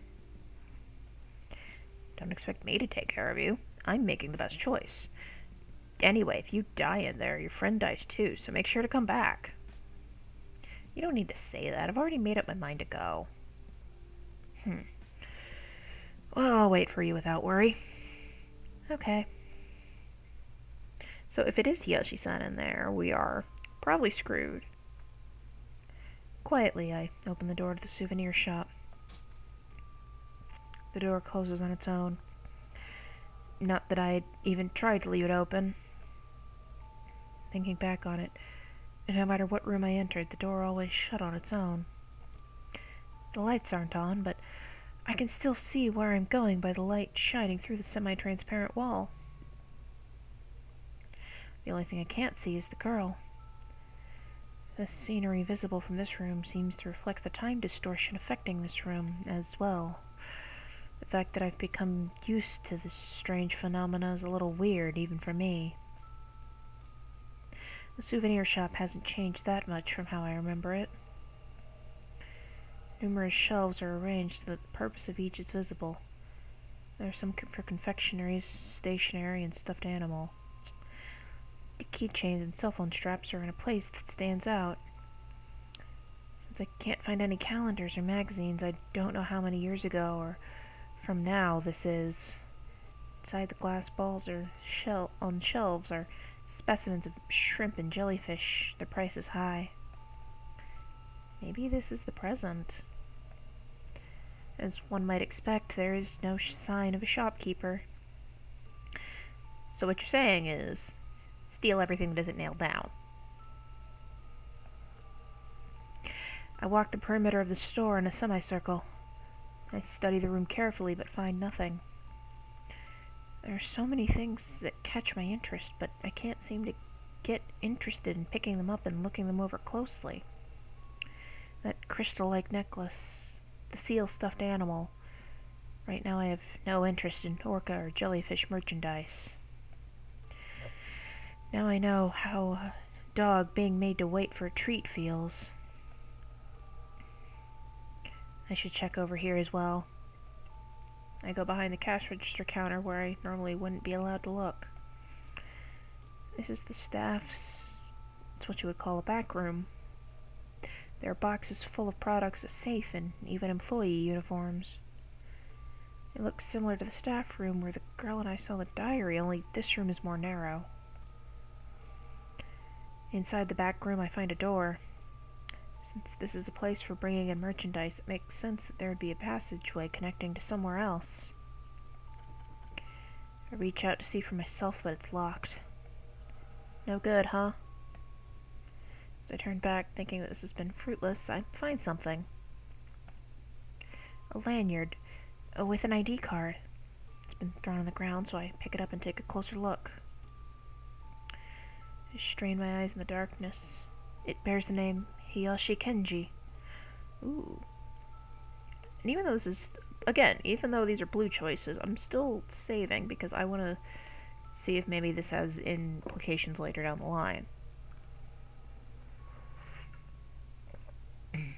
Okay, so if you remember last time we played, when you call out to Hiyoshi when he's going crazy in the tunnel, you get 3 name options, but none of them are the correct name. And earlier he was saying he wants to be called by his first name, Kenji-san.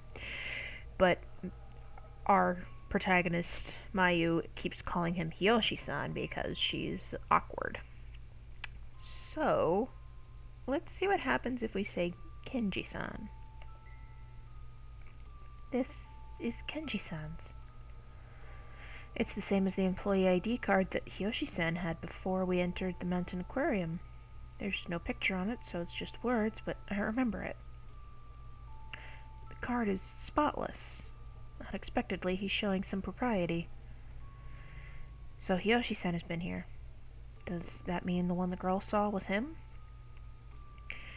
Could it be that he headed for somewhere else from this room? But he was able to lock the door. When I entered the souvenir shop, he was already on his way out, and I only came after he had locked the door. I had just missed him. I don't think there's anything else important here. I'll go back and tell that girl. I say that just as I realize it's almost been 5 minutes. I'm so glad this is a safe place. As if in reaction to the fact that I'm leaving, the sound of a dull thunk echoes. I mean, that sounded more like a squish than a thunk. Yeah? I let out a small scream. The sound is that of something falling. Even in the gloom, I can make out the outline of what fell. What? It's just a frog. Not what? There shouldn't be frogs in the souvenir shop. The proof of its identity is the shiny exterior that doesn't belong to an ornament or toy. It's a large toad. I think it's the appropriately named giant toad. The reason I know about it is because a TV show is talking about it recently. The story was about how, in Australia, the toad had been imported for pest control, but before they realized it, its population had increased and was disrupting the ecosystem. That's actually happened. I don't remember how long ago it was, but they did try to import different toads for pest control, and it turns out that because they had no natural predators, they destroyed part of the environment, and they were trying to find ways to fix it. I think they managed to bring in another predator of the toad that wasn't going to be as disruptive to the environment, if it's the story I'm thinking of that they're referencing.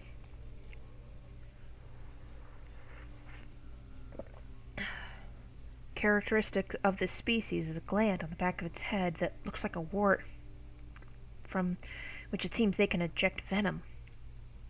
The venom was cited as the cause for alligators and other native species being killed.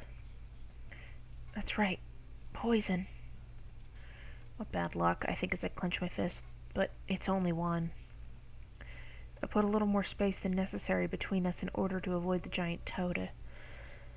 That way, even if there's another lurking nearby, I should be okay. The shelves become a wall for me. Even though frogs have the ability to jump, they shouldn't reach that height.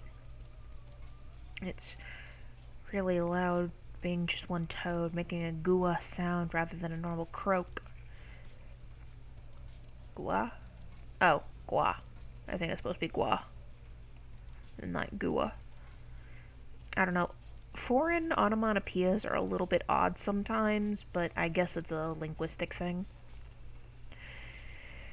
Gua, gua, gua. Although it's poisonous, hearing its cry in a safe place like this makes me think of it as cute. Even though I think that, I can't be careless. A plopping sound resonates once more. The toad cries out, going from a death rattle-like sound to thin breathing. Then finally a pause. It soon resumes with an even lower voice than before. What? Oh, ew. Oh, no. I take a look at where the toad was. It's nothing less than ghastly. The toad has been crushed by another frog that has fallen from the ceiling. Its forward legs are widespread, its internal organs leaking from its abdomen due to the fall. But that isn't all. The second frog has a white striped pattern characteristic of a certain type, but I don't know its name. When the other frog fell on the giant toad, it stimulated the gland, so naturally poison leaked out. At the edge of its right foot, its toes had begun melting. Melting? No way. The frog's poison isn't acid. It paralyzes or acts as a neurotoxin. It gets in your eyes and you can lose your eyesight, but basically it's for catching prey by poisoning it to death. This poison is different. And more brutal. However, the second frog is even more menacing. As if taking vengeance for the right leg it lost to poison, it secretes its own venom. The toad's corpse puts up no resistance. Its body steadily melting away. I pinch my nose at the mixed stench of the dead body and the acid. Even as my spine grows cold, the room steadily becomes humid, most likely due to the breath of the living creatures in the room. The sight of the frog melting away from the poison is enough to cause bile to rise up in me for a moment.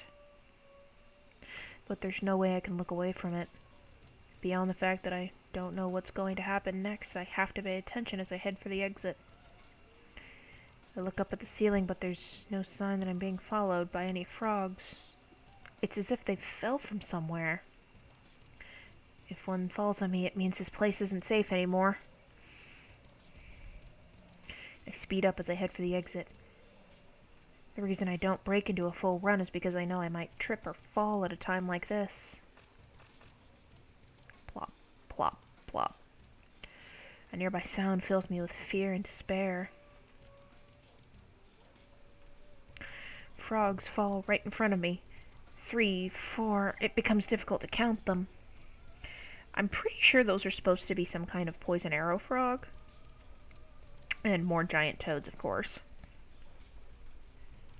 Just as I panic and attempt to turn back, I hear noises from behind me. Croak. Gua. They begin to speak in unison.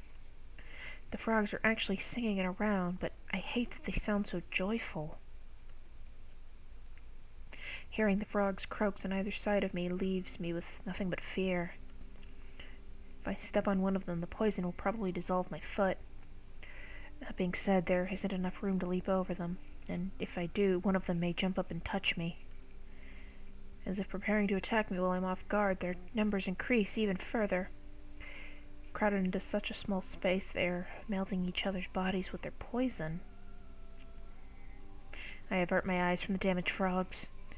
As the danger increases, it's not a tragedy I can continue to watch. As the amount of bodily fluids on the floor increases, the frogs who step in the puddles of poison have their toes melted off. Then they secrete their own fluids and the cycle repeats. On top of that, there are those whose bodies are melted by their own poison as well. Somehow suppressing whatever is welling up inside me, I finalize my plan. Over here! I pull some merchandise off the shelf with my hand and make some space. The original 2 are still left, but it's better than being surrounded. I step out onto the floor and leave the shelf. To keep them from reproducing anymore. Quickly. No! Oh, yeah, those are poison arrow frogs. As if they had been lying in wait, numerous frogs fall from every which way. They are small creatures with shrill voices, Red and yellow, green and striped and varied. The intense amount of color saturation is starting to make me feel sick. I know this variety of frog well. Among poisonous frogs, it is the most infamous type. A poison dart frog. At the zoo that's in the city I live outside of, they've actually got a small exhibit of poison dart frogs, and I don't know why, but for the longest time, there wasn't a barrier. They were just in a little garden you could straight up reach into and touch. And I don't know if it was safe. I don't know if they're an animal where the poison is based off of like their diet or something.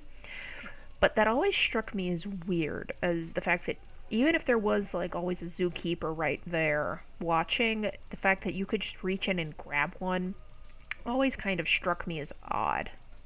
I'm not even joking. They just put a barrier up in that space a couple of years ago. I think when the zoo shut down in 2020 was when they did it, because that was when they were remodeling part of their rainforest exhibit. And the last time I went was I think it was it last year? It was either last year or the year before. It was the last time I went. And they finally had like a little plexiglass barrier, but you could still like reach over it without much effort. Like, it's a good zoo, but there's occasionally weird things like that that I always got confused by. But I distinctly remember looking into it because had to kind of bend over to look in and see the frogs because they would usually be hiding under the plants. And I remember looking in there, and there would usually be a little black and yellow one, and occasionally you'd see one of the blue ones. The blue ones were a little more shy. The black and yellow ones like to hang out in the front more. Even under normal circumstances, it carries deadly poison stronger than that used in blow darts. If the strength of that poison had been taken to intense levels like the other creatures here, it could probably instantaneously melt even my bones. I don't think that's actually how the poison dart frog poison works, but you know what, we're just going to keep going because this is obviously a fantasy. What should I... There's still a distance between the door and I. 3 steps. No matter what, I can't take those 3 steps. There is nowhere for my feet to land. The floor is covered in the squishy bodies of the frogs and their acidic, poisonous fluids, as well as the corpses of those frogs that had melted themselves. Okay, wait a minute. Hold on. Let me... We're gonna... Okay, so... We've got random liquid that the frogs have been landing in. We already know that the poison is turned into an acid in these frogs in the Cursed Mountain Aquarium. So, how is it that Mayu is able to stand in the water if she just said that she can't walk through because of the acid in the water? That should be melting her ugly little shoes. I'm just saying, like, that should definitely be melting these ugly ass shoes, because it's not going to... This line is a line in the carpet. That's not like a barrier between her and the poison that's going on. Yeah, you know what? We're just gonna move forward. Not knowing where they're coming from, there's nothing I can do. Even the sweat falling from my forehead seems like venom to me. As if some kind of illusion. Shh. I don't want to see it as nothing else can be done, but... You're slow. The light suddenly shines through the darkness. A soft breeze blowing in through the crack turns me to my senses. Cover your eyes. What? Oh, did she use the fire extinguisher? Immediately after saying this, the girl pulls the pin from the fire extinguisher she's holding. The entire inside of the souvenir shop is filled with smoke from the fire extinguisher. A fire extinguisher? But now we can't jump over the frogs. I can see what's going on. This isn't all.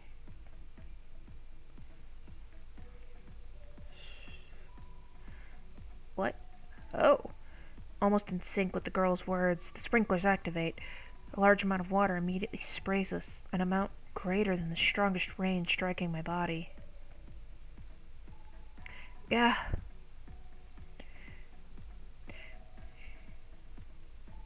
When I open my eyes, the girl reaches out her hand with a firm expression.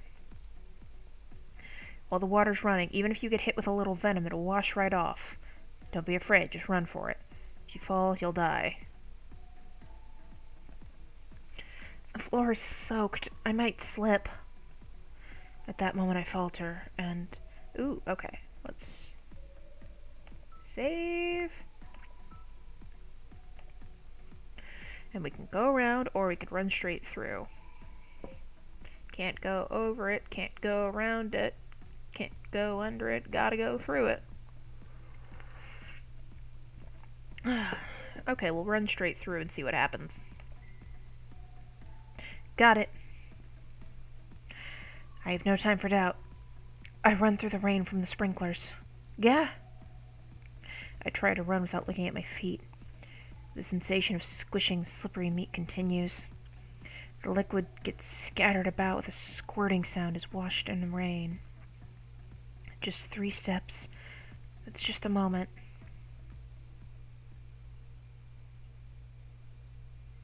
Hey, that was the right choice. Oh, what up, Payne? How you doing, bud? So, real fast, I'm gonna save, and we're going to go back and see what happens if we pick the wrong answer.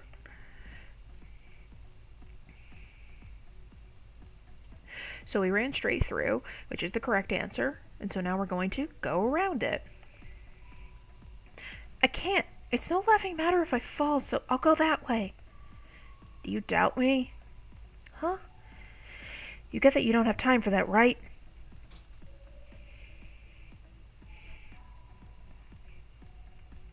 The girl speaks in a cold voice and closes the door. As if recognizing my suddenly slowed heartbeat, the rain stops. The sprinklers have been turned off. Ah, that's what it is. What?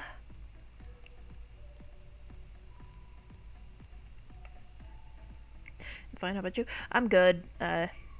Again, I don't know if anyone else is watching this at all, but I don't really expect anyone else to.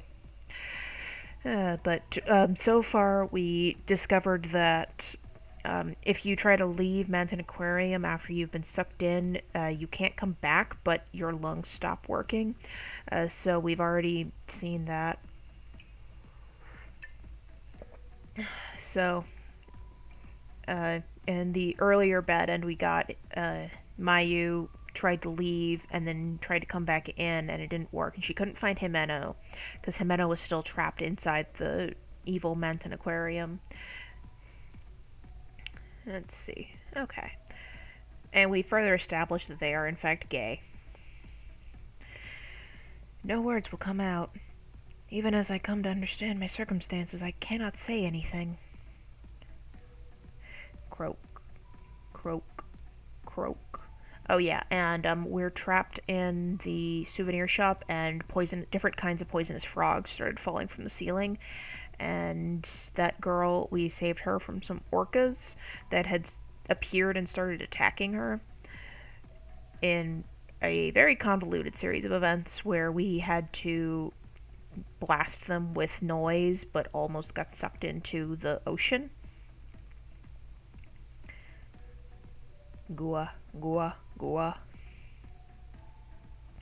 Oh yeah, and these frogs are all secreting poison that's turned into acid.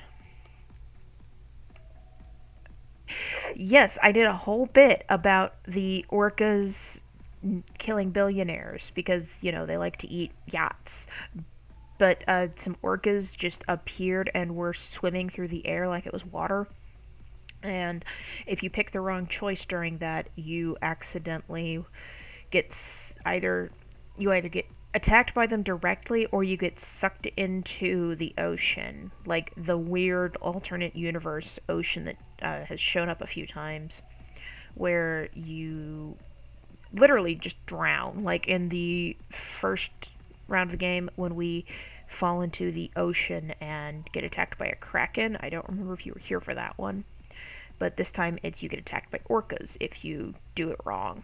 But we were able to defeat that, and now we've been walking around with this girl, and we discovered a diary that had some information on some of the truth behind the urban legends we were investigating. Key, key, key. The frog's cannon continues. As they hop freely about, they spray liquid all over. Ah! Frightened, I kick a bright red frog at my feet into the air. He's crushed with a splat, his venom wetting the tips of my toes. Hot! I scream this word reflexively. Actually, ouch would probably feel better than hot. Shaking, I look down at my feet. My right big toenail is slowly melting away. Ah! Spray from raising my foot so high scatters about, some of it getting in my left eye. My vision fades in sync with the intense pain. Croak, croak, croak. Gua, gua, gua. Key, key, key. This would probably be better if I could actually do frog noises. The stench of acid grows stronger once more. I have to get to the door. Enduring the pain, I take a step. I crush several frogs, leaving the sensation of slippery meat. The fluids that scatter about strike me around the knees. As I take my second step, I lose my balance. I can't balance on the leg that is melted. But it doesn't hurt. Why? I quickly get my answer. My nerves have already been paralyzed. Yeah, thanks. It's basically the only hat I could use. It was the only way I could Christmasify the avatar. The software I used to make it, Mannequin Studio, only has a few Christmas items, but none of them are rigged for the tracking software that I'm using. So the hat will not stay on the head properly if I tilt too far one way or the other.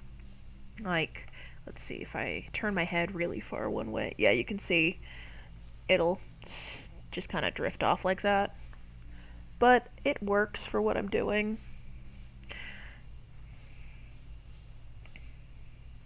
Okay, so paralyzed.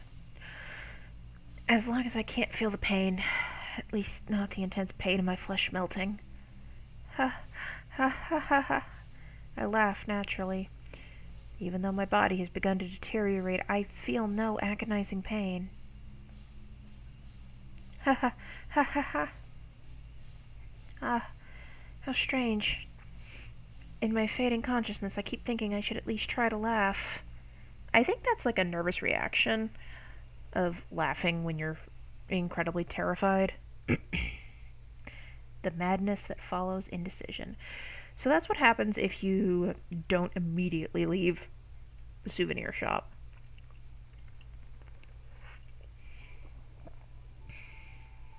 Okay. Well, I know you just got here, Pain, but I'm actually thinking I'm going to take 5 minutes after this.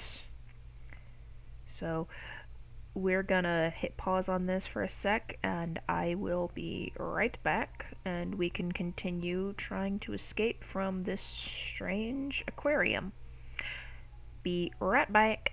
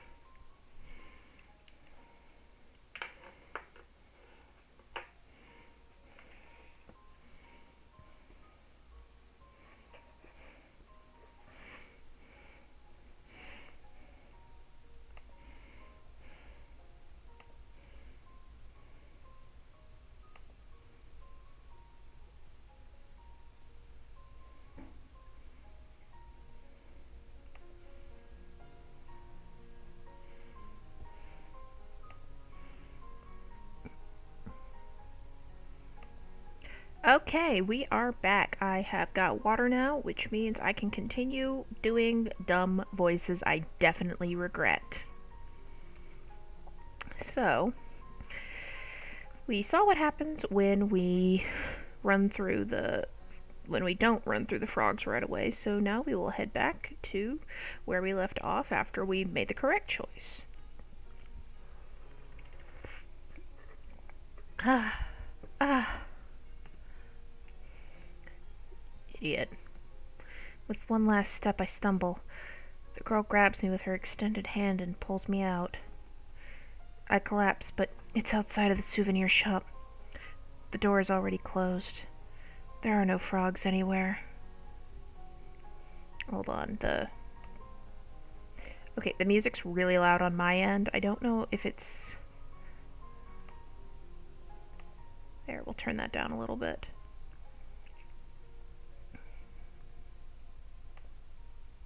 There we go. Thank you. But it's already been more than 5 minutes, so why? As I catch my breath, I express my thanks to the girl. I just remembered that I owe you a debt. You are kind. I might have misjudged you a bit. There we go. Okay, the sound's back. You didn't misjudge me. If you had hesitated any further, I would have closed the door. But you believed in me, right? That I could do it. You're going to drive me nuts, so stop it with that stuff. Expressionlessly, the girl says this in a flat tone. Holding on to this gentle feeling, I prepare to move on. Speaking honestly, I want to rest here like this. My clothes are soaked, and I've used up a lot of my strength. However, it feels like if I were to really relax, I might never get up again. If I don't keep my momentum, I can't save Jimeno. I'm able to gain some relief from resting against the wall. The girl who rescued me seems to be resting just like I am. Huh? This gotcha is... As we are resting against the wall, I realize that the type of gotchas situated in front of the souvenir shops have changed. How ironic. 5 years ago. Hey, welcome back, Payne. You forgot to send it. Yeah, that's fine. That's fine. What do you mean? You said it yourself. That your sister went missing 5 years ago. You remembered.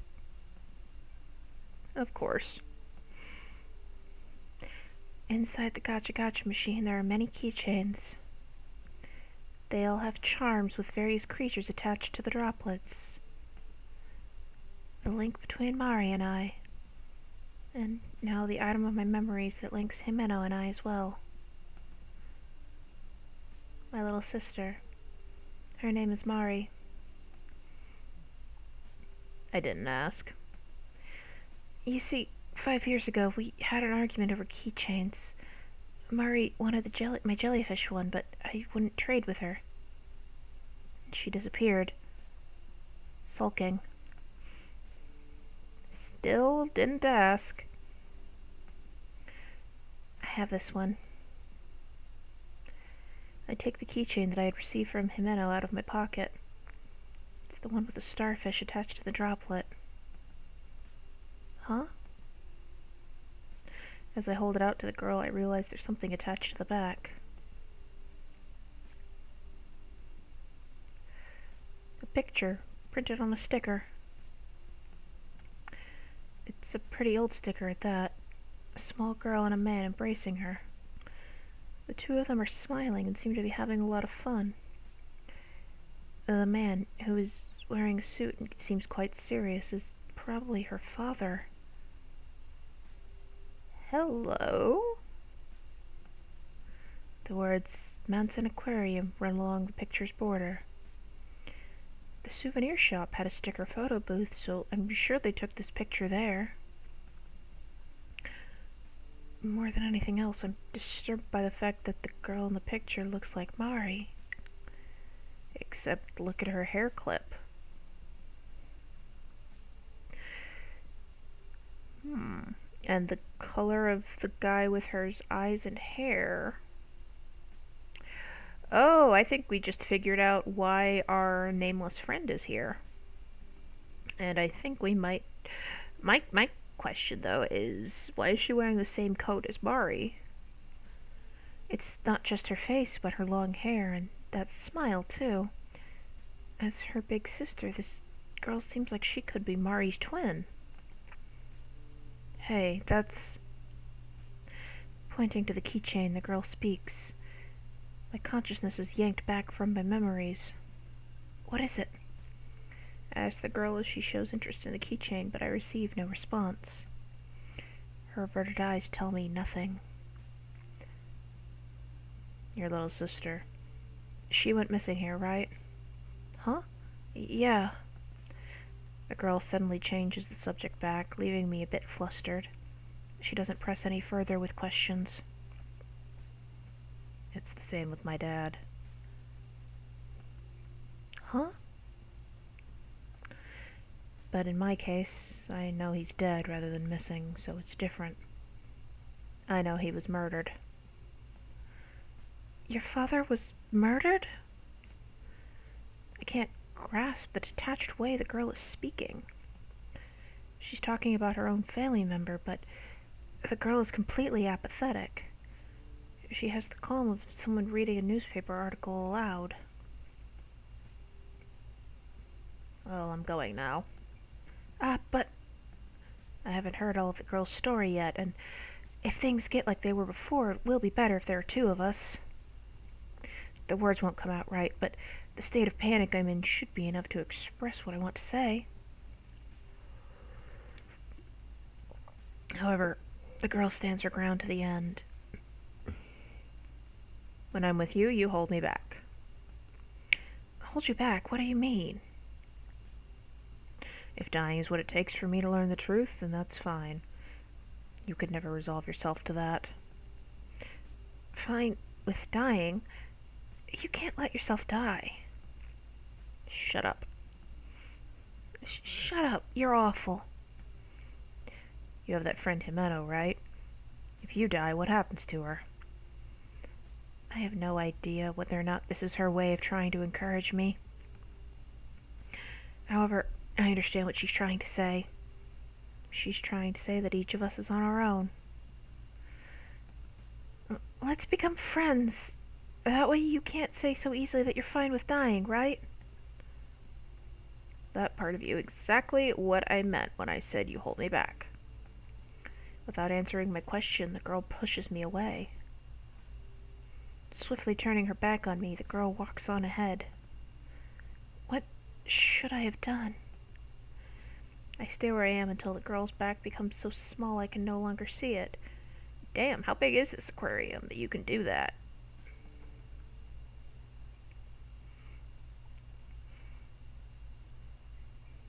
Okay, so this girl is definitely the daughter of, I'm assuming that man in the photo was probably the director who died on the day this deep sea fish booth broke. And she says it was a murder, and the diary we found earlier also said it was a murder. So I think that's why she's here. She's been trying to come and solve the mystery of why her father's dead. I think I may have to rescind my earlier, but she's not a billionaire, why are you attacking her orcas comment. But, I mean, then again, I don't know if he was the director because he owned the aquarium, or if he was the director because he's the guy who founded it, or if he's the director because he's the guy who was hired to direct it by the owners. I mean, I'm sure we'll find out. I pass in front of the souvenir shop, then end up standing in front of the door to the jellyfish booth. I wonder if the girl is already gone. If she ended up in a safe place. She's probably already passed through it. If nothing happens, it takes less than a minute to pass through the jellyfish booth. If by any chance she's still there, we'll surely just meet in passing. That girl is determined to take a different path than I. I wonder, what will happen to me? I may return to a point before the tank glass ruptured, or I may end up in the jellyfish booth sometime after the tank glass ruptured. I'll never know if I don't try going in. I become cautious, and slowly I open the door.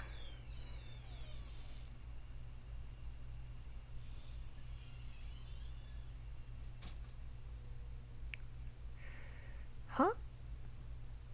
At that moment, the air becomes shaky. Ooh, that's not good. What is this? It's different. The field of view before me becomes red, and the air becomes so cold it could freeze. This is no longer a matter of dimensions, of wondering what time period this is. Yeah, I'm just a little bit worried about what's going on in here. So, something is different. This jellyfish booth is distinctly in a different place from the aquarium. All the water in the tanks, it's red. In the jellyfish booth I know, the transparent jellyfish are illuminated by various colors of lighting. The reds and purples are usually a pretty sight, but this place is different. All of the pillar-shaped tanks are bright red. It's a repulsive sight, as if all the water has been replaced with blood. Oh, that was one of the urban legends, was the water turns to blood on the full moon. And at the beginning of the game, the girl we followed then, the one who dies, mentions needing to be in that red, and she can only breathe in her own blood after she dies. So something is seriously wrong. I have to go. A bit confused, I take a step forward. Despite the fact that the floor at my feet should be solid, I stagger. My sense of equilibrium is off. I proceed 1, then 2 steps. At that point, I start to feel like I might fall. Even so, I head further inside. If I can pass through another door, I should be able to escape this bizarre phenomena. No matter what, I have to hurry. Ah! Suddenly, I stumble and place my hand on a pillar tank. The temperature of the tank is slightly warmer than that of the cold air. Red. Huh. Just as I am about to move forward, using the tank to support myself, I peer into the red water. Where there should be jellyfish floating about, there is something completely different. Ooh, what are we about to get jump scared with? Ah! Oh, yeah, that is creepy! No! I'm unable to stop the scream that bursts from my mouth. An unbelievable sight stops me in my tracks. A face. A face. Kia! Human faces float about. Whatever is below the neck appears as if it's been assimilated into the blood, blending in with the contents of the tank. It isn't just one of them. Just as with the previous jellyfish booth, there are more and more and more. I wobble and break away from the tank, landing on my backside. I don't know whose face it is. It's not as if it would be someone I know. But no matter which face it is, they all seem to be staring at me, here in the heart of the jellyfish booth. Taking a step back, I see that all of the tanks have human faces floating inside them. They have some differences, just some faces being blank. Some have their eyes bulging open, and some have bloodshot eyes, but they are all looking at me. What is this? That face over there's nose is twitching. This face's lips are trembling, and way over there that one has a crease in its brow. Ba-dum. My heart beats faster.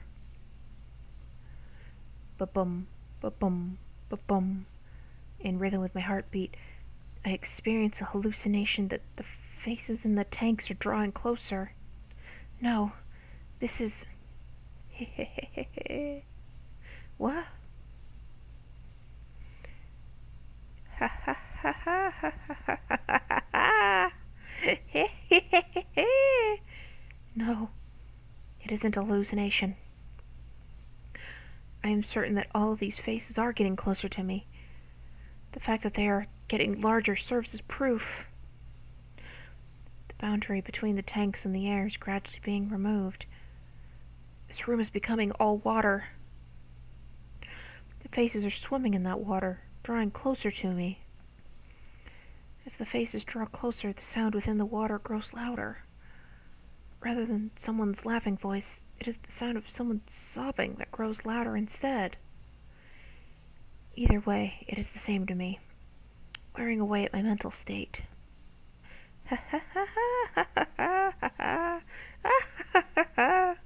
Stop it! A voice unfamiliar to me is sneering at me.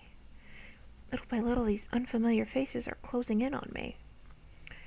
Before I realize it, my feet can no longer confirm whether the floor is there or not. I have to go. So I put all my strength into my knees. I've already learned that time is of the essence. I have to take some sort of action. Should I use force? Should I steady myself to move easier? If distance is the issue, then the way I came is just a bit closer. Ooh, okay. So we're gonna save, and we can just save over our space from earlier. Okay, so there's 8, 10, so there's 80 slots we'll be able to save in. So if there's more than 80 choices, we'll have to go back and start saving over some of them again.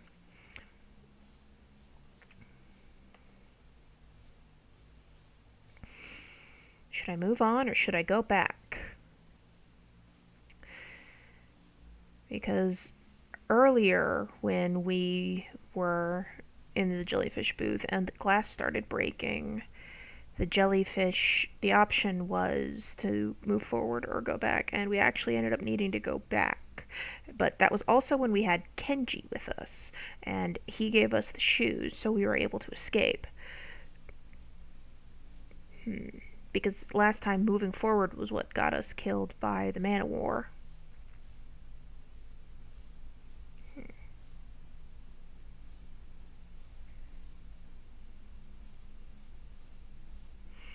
I think we may need to move forward this time. I want to see what happens if we go back. We've saved, so let's go back and see if that's a good choice or a bad choice. At any rate, I should pull back and get into a good position. I should close the door numerous times in order to create a safer environment. My feet unsteady, I swiftly dodge and retrace my steps. One step at a time, feeling as if I'm walking on bubbles, I inch with certainty closer to the door. All right. Finally, I succeeded in reaching for the door. Just like this. I throw open the door right away. Huh? At that moment, I am swallowed up in darkness. Whether it's darkness or water, at any rate, there is definitely no light. Plop. Something touches my back with a wet sensation. Before long, it spreads throughout my body. And we're back in the Death Ocean again. What? Without thinking, I spin around. Before me are a large number of fish. They say that fish with human faces swim about. I'm reminded of Himeno's words. That's right, human-faced fish. Just like the faces I saw in the jellyfish booth. These are attached to the fish approaching me. I'm an idiot. If I go through the door, the time axis will change. If I do that, the way I came also changes. I have no idea whether or not it will be safe. Regardless, to avoid the immediate terror, I vigorously leap forward. The fish are biting off my clothes. They're fish. Yes, fish. No matter how much their white teeth are like humans, and no matter how much their teeth are arranged like humans, they're all fish. So it'll be fine. Before I realize it, the clothes enveloping me are disappearing. Blood leaks from the places I have been bitten by those large teeth. Look, red water. The blood flowing from my body mixes with the red ocean. And then they become one. Me in this bright red world. Okay, so going back gets you eaten by the human-faced fish. A coward's end. Some of the titles for these bad endings are a little, I don't know, mean. It's like, I don't think it's cowardly to be trying to, ensure that you're not about to go from bad to worse. Well, either way, let's go back to the title screen and we'll go back and we'll move forward.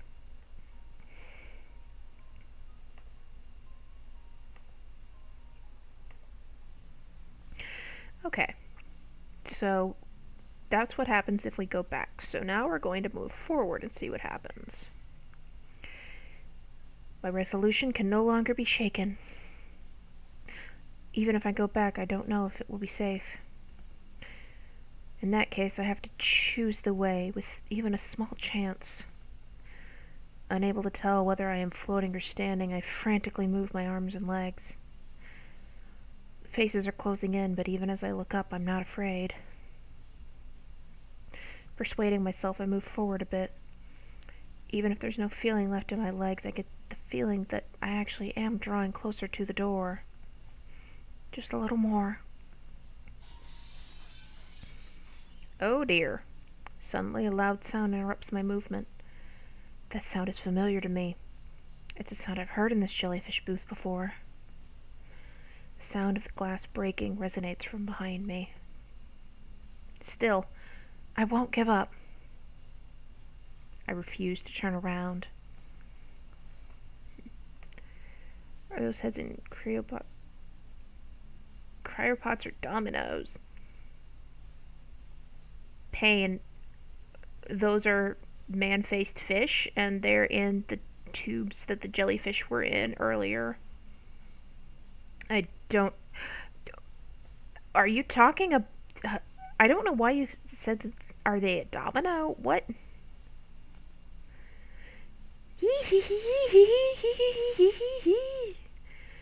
On the heels of that thought, various voices, all laughing and crying, begin to resonate behind me. They are probably the voices of those faces floating in the blood. The voices steadily draw near, finally closing in on me. Fish with human faces. They say that fish with human faces swim about. It reminds me of an urban legend Jimeno talked about.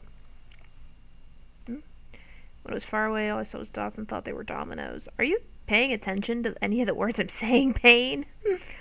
I'm kidding.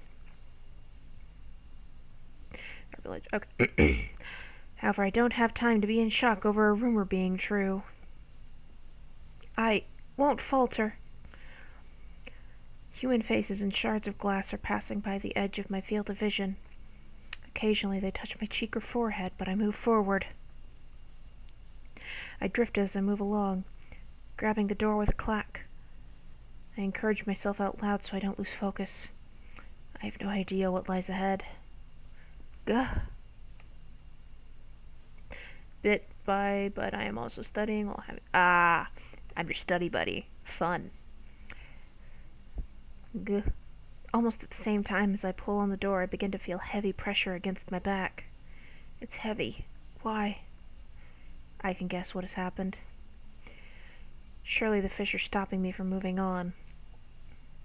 This feeling of having my clothes pulled on is proof of that. I never thought fish could be this strong. I'm going, so... I bite down on my lip and try to move forward. The harder I try to move forward, the stronger the fish's resistance becomes. Jimeno is suffering even more. I shut my eyes and grind my back molars, then hurl myself at the door. The door flies open and I fall to the ground. Even so, I muster up my strength and shut the door. There is no longer any pressure against my back. Alright, we are no longer in the jellyfish booth.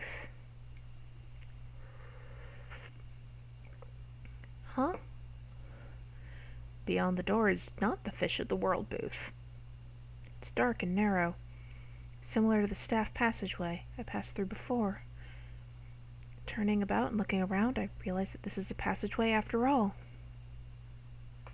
So the jellyfish booth had at least 3 doors. The one I initially came in through, the one that leads to the entrance, and this door that connects to the staff-only passage. Closer inspection shows me that the wall is made of one-way glass. It's been created using something stronger than acrylic fiber. There's water in the space between, serving as a border between the booth and the other side. Like a magic mirror, it's been made so that customers cannot see the staff members moving about. From here I can see the Fish of the World booth. Somehow this place feels safer than when compared to the jellyfish booth. It's very different from the first time I visited, with the offensive smell being completely gone. Inside I can see familiar silhouettes. That's 2 females. One is an adult, the other is a girl. The visibility is a bit dicey, making it hard to tell, but that looks like the girl from earlier and Saginuma Rieko-san, the female aquarium employee, the heartless one, who said Jimeno couldn't be saved. I just now noticed that Rieko is wearing blue eyeshadow and blue lipstick. Like, she is ice. Like, they're doing everything they can to make her look as icy as possible. The 2 of them are in front of the tank I am looking at. The fact that they haven't realized I'm here must mean this really is something of a one-way mirror. Both of them are facing each other, their expressions grim. The sound is cut off by all of the layers, but I could tell they are arguing over something. Ah! At that moment, the girl raises her right hand to Saginuma-san and follows through with all of her might. She slaps her with such vigor that surely it resonates with a loud, dry, smacking sound. Saginuma-san rubs her left cheek and grins widely. Seeing Saginuma-san grin with such composure after being struck gives me chills. The girl only deepens the crease in her brow. At this rate, things will only intensify. I realize I will have to stop them. Oh, okay, this is a blue choice, so it's not going to kill us. But we're going to save that anyways. I don't think there's a way we can stop them. But, I don't know. Because every time we open a door, we go into another time. But they're already in the Fish of the World booth. So if you try to run through the door to the Fish of the World booth, if there is a door to the Fish of the World booth, then you should end up in the same time period they're in. Let's observe the situation. No, I don't want to get pulled into this. I reconsider my decision. That girl said it strongly herself that she wanted to be alone. Surely she would hate it if I intervened. If things escalate, it's a different story, but for now I decide to watch over their actions. Their quarrel continues, the girl using hand gestures to get Saganuma-san's attention. In contrast, she merely looks down on the girl. From my perspective as an outsider, it doesn't look like she's even paying attention. What could have happened? What in the world could have happened to bring them to such a climax? Though I have many questions, it's unlikely I'll get any answers. A sad expression appears on the girl's face for a moment, and she looks away from Saganuma-san. Almost at the same time, the composure leaves Saganuma-san's face. She creases her brow and opens her eyes wide, her nose twitching. Oh wow, I just looked up and saw her sprite change. Something has touched a nerve, getting her attention. Even without sound, that much is clear to me. Huh? Wait. Without thinking about it, I pound on the wall. However, this doesn't cause so much as a ripple, leaving me cut off from the two of them.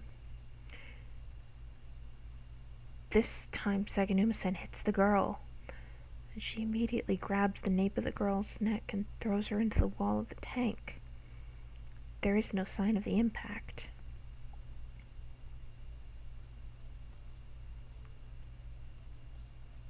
No! Having hit the back of her head on the tank, the girl falters and Saganuma-san flips her body over, grabbing the back of her collar. The girl's face is turned in my direction, and I realize that she has fainted. She's unconscious? A horrible premonition runs through me. With the girl's chest pressed against the wall of the tank, Saganuma-san grabs the back of her head and smashes it against the tank wall over and over again. I can't see Saganuma's face as it is bathed in light from behind and has become a silhouette. The only thing I can see is her lips, which dangle in the shape of an anchor. No, at this rate she'll die. Without thinking, I scream. I have to help her. I can't stay quiet any longer. At any rate, I pound on the wall before me. Come on, please let it get through. However, how many times I strike it, Saganuma-san does not look this way, as if the sound isn't going through. Since the sound from the other side isn't coming through, then the sound from my side shouldn't go through either. It figures I have no choice but to go out there. I wonder... Ooh. Okay, I think I see what's going to happen. Let's see. I grope about, trying to find a crack on either side of the wall. From top to bottom, right to left, I go along the outer side of the tank and look to see if there's any way to get in from below. A handle of some sort would be great, or anything that could serve as a starting point. Didn't you say there was water in between you two? There's nothing. Nothing. I still can't find any way whatsoever to get to the other side. Panicking over what I should do, I frantically search for the door. During that moment, the girl continues to have her forehead bashed against the tank right in front of my eyes. A gash is torn white across her forehead, her blood clinging to the tank with each hit. The blood sticking to the tank makes a red line as if someone tried to wipe a brush across it.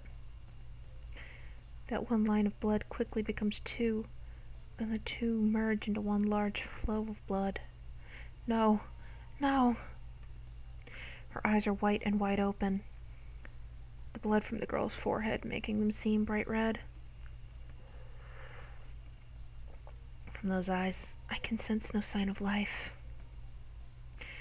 Saganuma Rieko's lips are, of course, smiling.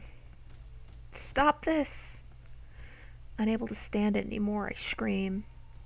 However, it is pointless, merely echoing back through the passageway I'm in. Stop this already! No movement is left in the girl, save for the shaking of her eyeballs. Not just blood from her forehead, but as her entire body goes limp, fluids from all over leak out. Huh? As the life fades from the girl, I see small movement from her lips. I mimic that movement with my own mouth. The truth of the deep sea. As these words are unvoiced, I have no idea whether or not that's what she really said. However, to me, that's what seemed like the girl was saying. Saganuma Rieko tosses the girl. She flops over as she hits the floor, having been reduced to a mere object. Ah! My mind goes blank and I sit down. I couldn't save her. She was right in front of me, at a distance short enough that I could have touched her by reaching out my hand. But I couldn't save her, or do anything to help. Okay, that's kind of what I thought was going to happen, and I was wondering if by not choosing to intervene right away, if that might be a way that you could save her. Because I'm pretty safe in saying that that is the daughter of the old director, the one who died. Just in case, Saganuma Reiko kicks the girl over. Her heel strikes the hard floor and that which was the girl's head flops over. Just like that, she leaves the Fish of the World booth behind.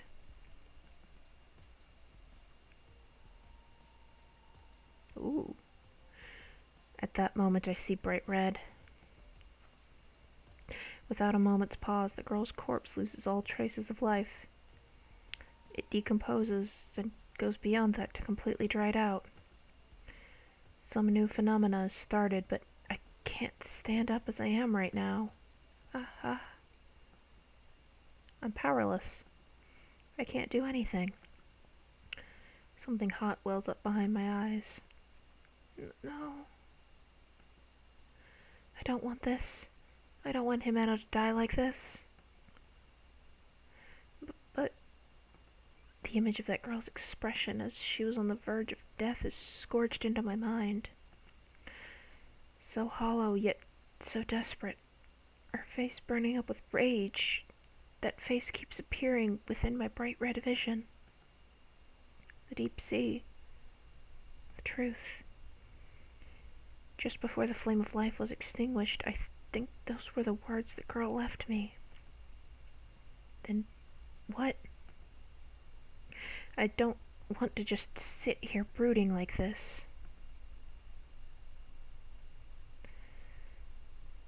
Big sister. Huh? That voice just now? Even though it feels easier to just break down and cry, hearing the voice of my little sister from somewhere brings me back. That was Mari's voice. Big sister, come this way. Mari, where are you? This way. Over here. Where? I said this way. Over here. It is Mari. Mari's voice. It really is, but from where? Before I realize it, I'm on my feet. Mari's voice echoes around the room like an announcement from a loudspeaker, but I can't find the source. I don't want to lose sight of this one strand of hope that has filled the hole left by my feelings of anxiety. Let's go. I cannot forget that girl's death. Stricken with grief and near the breaking point, I hold myself together. Thanks to Mari.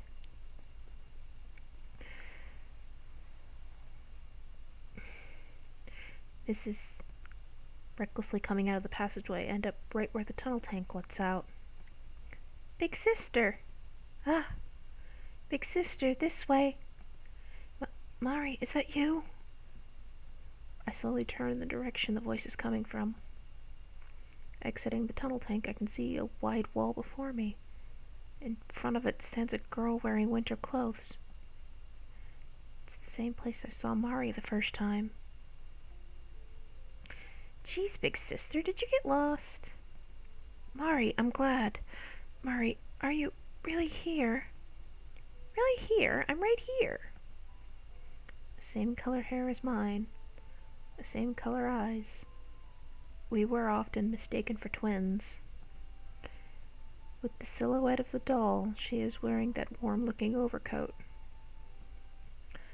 Mari is right here, looking just as she did that day. Mari, why are you here? Did you forget? Jeez, you meanie. We came together to the aquarium. There's no way I could forget. Not at all. It's just... Why did you disappear? You're the one who got lost. I'm here. I've been here all along. Mari? Without hesitation, I embraced Mari. She must have caught a chill, as her body is cold to the touch. Big sister, what's wrong? This is embarrassing. It's fine, Mari. We're finally together again. Jeez, big sister, you're such a crybaby. That's right, I'm crying. After Mari points it out, I realize my cheeks are covered with tears. Just as I'm about to stop, I cry again. Okay, let's go, big sister. Mari says this in a cheerful voice as she pats my head. It's a strange feeling, having my little sister rub my head, but not a bad one. I feel my head being enveloped in a soft feeling as if I am floating. Go? Where? We'll go somewhere higher up. Together. You and I. Somewhere higher up? Higher. Softer. That place is eternity. Eternity? Grinning ear to ear, Mari points her right index finger towards the ceiling. The feeling that I've begun floating upward grows even stronger. Yes, there's nothing, yet everything there. It's really fun, very soft, and a place we always can be. A world full of happiness. Happiness. I don't really understand what Mari is trying to say. But if it's happiness, that might be okay. The fact that I'm able to reunite with Mari like this makes me extremely happy. My thoughts melt together in happiness as being with Mari. I smell something sweet with a hint of lemon. If that's what the world will be like, we'll surely be happy. Let's go together, big sister. Mari, don't get lost anymore. Okay. Mari reaches her hand out for me. I sit upright and reach for Mari's outstretched hand. I hear the sound of something falling down with a clatter. Ooh, red choice. Ba-ba-da-da.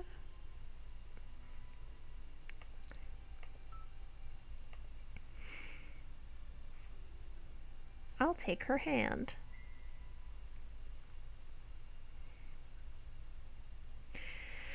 I squeeze Mari's hand tight. For a moment, my vision becomes ultramarine. Ooh. Huh? Without knowing why, I can no longer breathe. Like the ones I've experienced numerous times, it's one of the phenomena that happened at this aquarium. This isn't a situation I can analyze calmly. Somehow I have to get out of here. As I think this, I flail my arms and legs about. My body is no longer standing on the floor of the aquarium. I'm in the ocean or a lake, some kind of body of water. Mari, where is Mari? Turning around and around, I search for her. Ow. I soon find Mari. Her eyes are wide open and she floats about lifelessly. Huh? In the depths of my heart, I feel as if I'm falling into despair. Just like the girl who was murdered, Mari is dead. She's dead.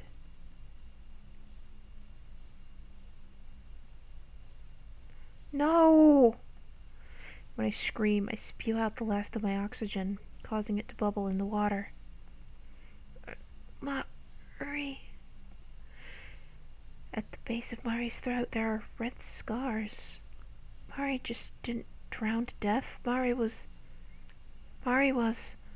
Even as I realize this, I'm losing consciousness.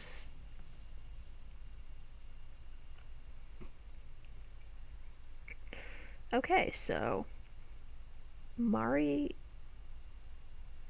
Bright red. This place is a world of bright red. Within this bright red world, I wait for someone to come visit me. You've come. Yes, that's right. Someone has gotten lost. If the person is still living, we have to retrieve their soul. In that way, we maintain this deep red world. So, the Mari that we found is not really Mari. A blessed form. One. Okay. So. Oh, we got a new end card. So, Mari is possibly a malevolent spirit now, or possibly that wasn't actually Mari and was just looking like Mari to lure us in. So we will load and go back. And now we wait. Drawn to the sound, I look down at my feet. The keychain with the droplet and the starfish. That precious memory from Mari and I. That unstable bridge connecting Himeno and I. This keychain has a sticker with a picture printed on it attached to the back, so it probably isn't Mari's, but it has the same shape. Sorry, Mari, I've been regretting not trading you the jellyfish keychain this whole time. I got hung up on something so pretty, so... No, that whole thing, it doesn't matter. Huh? At Mari's words, I withdraw the hand I hold out to her. Just now, Mari said it doesn't matter, not don't worry about it, or it's not important. She declared it nonchalantly, with that smile she always wears. My heart resounds with a loud thump. At that moment, Himeno's words float through my mind.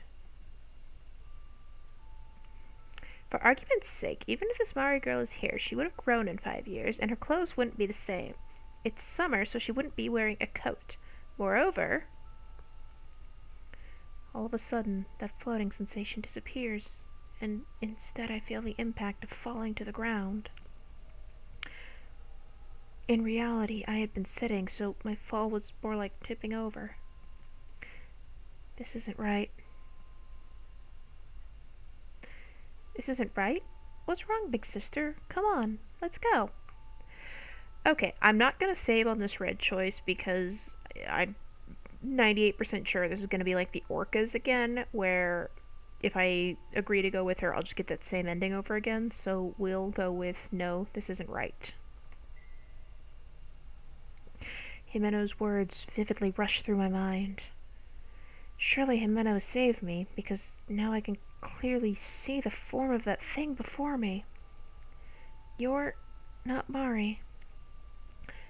No matter what, Mari was never the type of girl to just say it doesn't matter. Not to mention that the keychain had been so important to us. I can't see her declaring that something like that doesn't matter.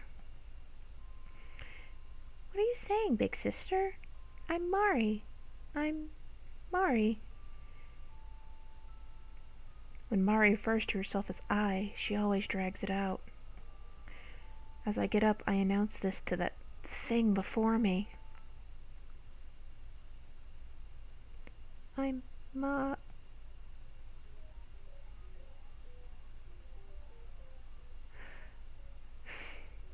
And now we see. The girl's body begins to become blurry like a staticky image. I realize I can no longer look directly at her. I knew it. You're not Mari at all. Muddy is probably a fitting term here. The thing that had been Mari up to a short time ago begins to melt, transfiguring itself from one clump into countless fish. The fish begins swimming in the air without water. This pattern of behavior is bad. If I get caught up in this bizarre phenomenon, then I'm sure to drown in this place with nothing. I have to get away. As I mumble this, I search for a door. If I can go through a door, I should be able to escape the phenomena in front of me. Mari. Saying I wouldn't regret leaving them is a lie. But that thing, it isn't Mari. Just an aggregation of fish. I can't be deceived by them and lose sight of my precious goal. I was so naive. Fine, even so, it's fine. It happened somehow. I have time to get down about it. Then I just need to not let it happen next time. I will save her, no matter what. Finding a door as I run away, I throw it open with great force. I wonder if earlier, if we decided we needed to save Mari over Himeno, if that would have changed some of the dialogue in there.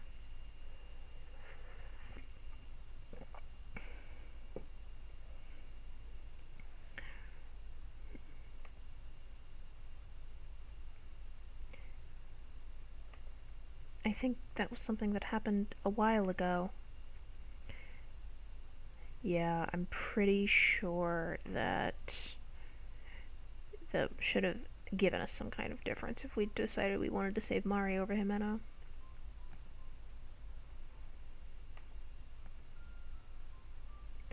About a year ago, it was something that happened in the summer. During a break when I was looking over my notes for a quiz or something.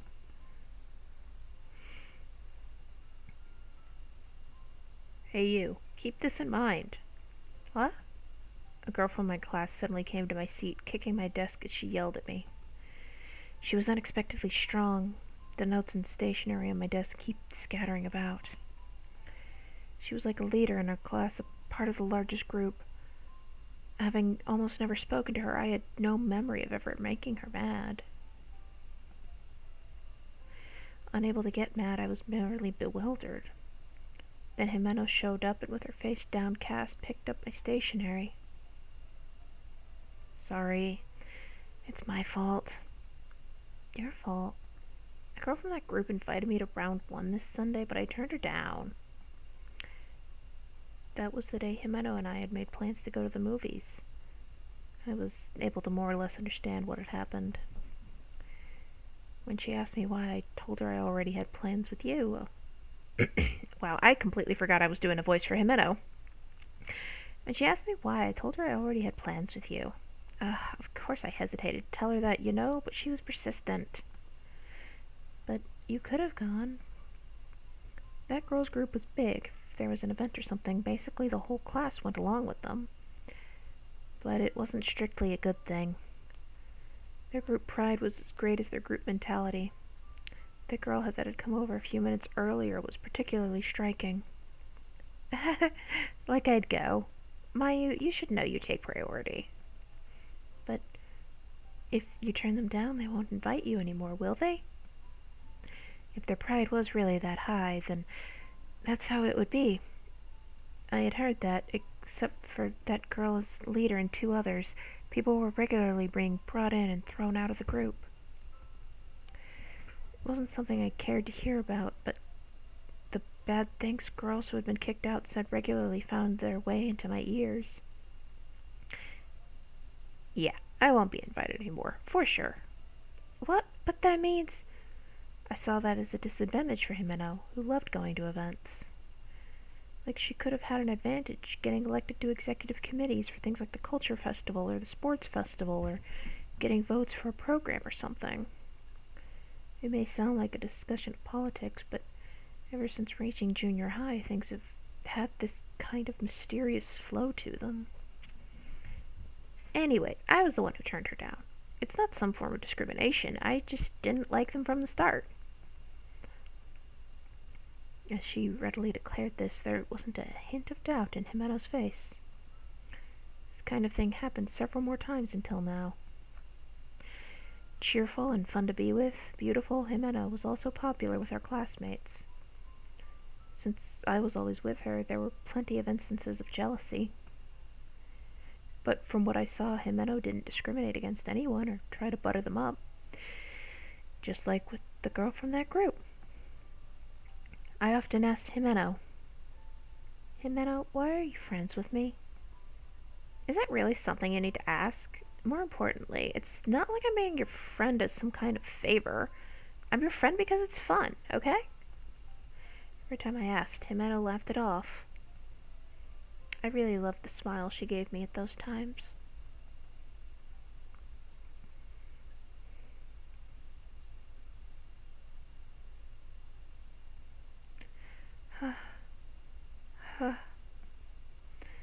Once again, I've entered the passageway behind the tanks.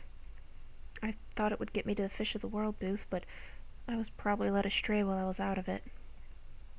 Anyway, I should get going. If another something borrows Mari's form and attacks me, like earlier, I don't know if I can defend myself against it. Safe no longer means anything, so I should speed through the passageway. Upon looking at the map, I see that there appears to be a room at the end of the passage. Just as I expected, there are 3 doors before me. I have no choice but to take them one by one. First being... Okay, so we can choose between the reference room, the storeroom, and the director's office. It's not a red choice, so we don't really have to worry about it killing us. But because this is very clearly a place where we're going to have some divergencies, we're going to save again. Okay.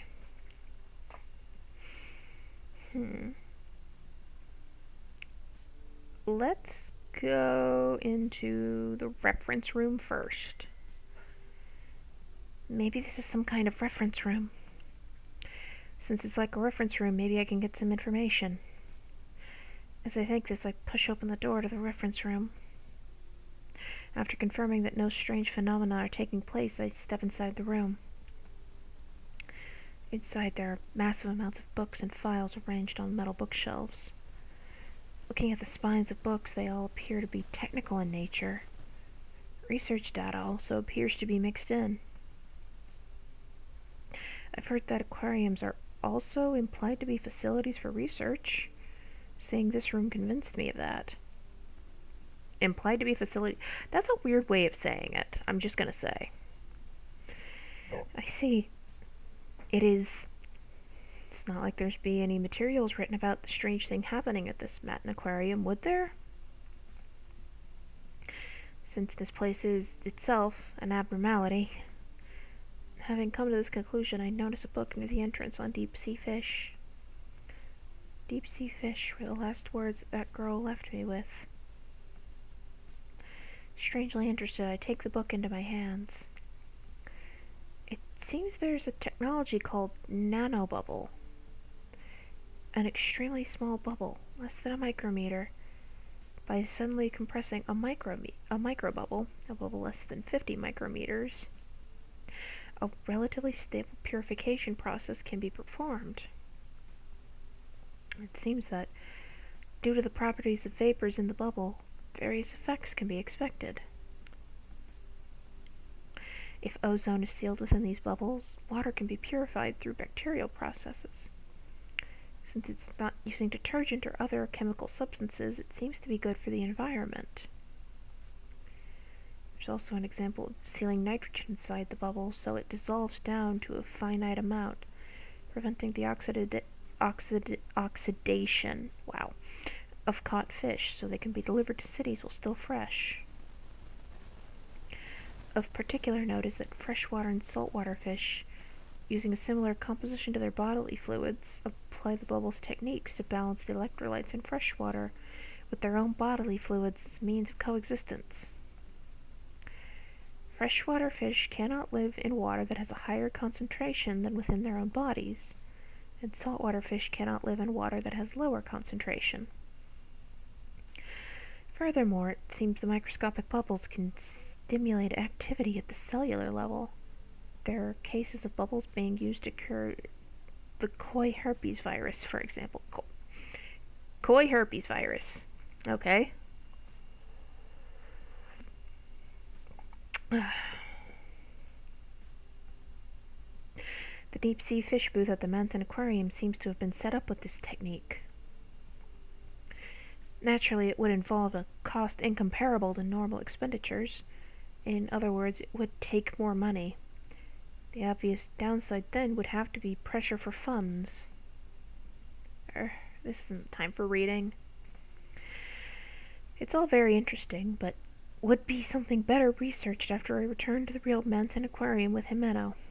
I return the book to its original spot and leave the reference room behind. Okay, so next, after we check the reference room, so we learned about process of the bubbles, so let's go into the storeroom. Storage room. Wonder what's in here. On sneaking a peek, there are hula hoops, bowls, and other things for use in the shows. I also catch sight of mops, vacuums, and other cleaning supplies. There seem to be few things of any use, such as books or documents. I close the door, leaving the storage room behind me. Okay, so that means we now are going to go through to the director's office. This is the director's office. I mumble while looking up at the words written on a sign above the door. This door's appearance differs greatly from the doors of the storeroom and the reference room, with red ornaments decorating it. Even if there had been no sign, I would have known this room belonged to someone important on first glance. The atmosphere from out here also seems to have a heavy air to it. It's as if I'm standing before the door of a school principal. If I don't go in and see, I really won't learn anything just staring in from out here. The obvious truth that I already possess the courage to go through with this. Keeping my eye out for any phenomena while coming through the door, I push on the heavy door. The door makes a scuffling sound on the floor as I open it.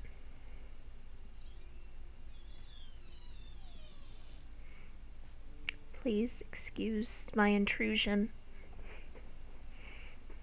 Is that a giant isopod plushie? Oh my god, that is a giant isopod. That's actually really cool. I'm sorry, I'm like so distracted because there's a giant isopod and I love those things. They're so cool. Well, we should probably... There. I'm sorry I keep having to adjust the tracking on this thing. I have a bad habit of sitting really badly, and I have to kind of hunch forward a little bit, and I keep sliding backwards. It's not as if anyone would be in here, but without thinking, the words come out. An elegant desk and chairs are situated at the center of the director's office, and bookshelves run along the walls without a gap in between. The main wall, when looking from the entrance, is a giant tank made of translucent acrylic material. No one can argue that this room isn't also one of the aquarium's displays. The room is perfectly in order, giving me a sense of who the director is from the way their desk is. More than just neurotic, they don't seem to have left even one speck of dust. There doesn't seem to be anything particularly strange, does there? But just as I notice this, I notice a map on top of the desk. In this neat and tidy room, only the top of the desk appears to be a work in progress. This is... After moving aside a book that seems to be in use as a weight, I find a map of the aquarium. This one is different from the one I picked up back at the stage. The design seems older, and the publication date is from 5 years ago. 5 years ago. It's not as if I can ignore that number. It's when everything started for Mountain Aquarium, and for me. Inside the map, I discover one defining difference. The deep sea fish booth. That place that was closed down 5 years ago is recorded on this map. Could this be? It seems that the deep sea fish booth was just after coming out of the tunnel. However, it's strange. I've been to that area several times, but there's only a long wall. There's no trace of anything else. It seems that when it was closed down, they filled in the wall. It wasn't like that from the start. Questions rise within me as I consider this. If Warringham now is 5 years in the past, then I should be able to get to the deep sea fish booth. This line. As I repeatedly look over the map, I spot one red line. The line extends from the deep sea fish booth all the way up to a circle at the top of the map where there is nothing else. The staff passageway connects to the deep sea fish booth? My idea seemingly confirmed, I nod without realizing it. Deep sea fish booth is the only place in this aquarium I haven't seen yet. Surely Mountain Aquarium's secrets will be there. Just a little further and I can finally reach it. This is...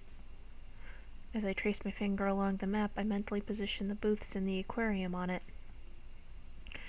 Come out of the tunnel tank and turn right, and the Fish of the World booth should be there.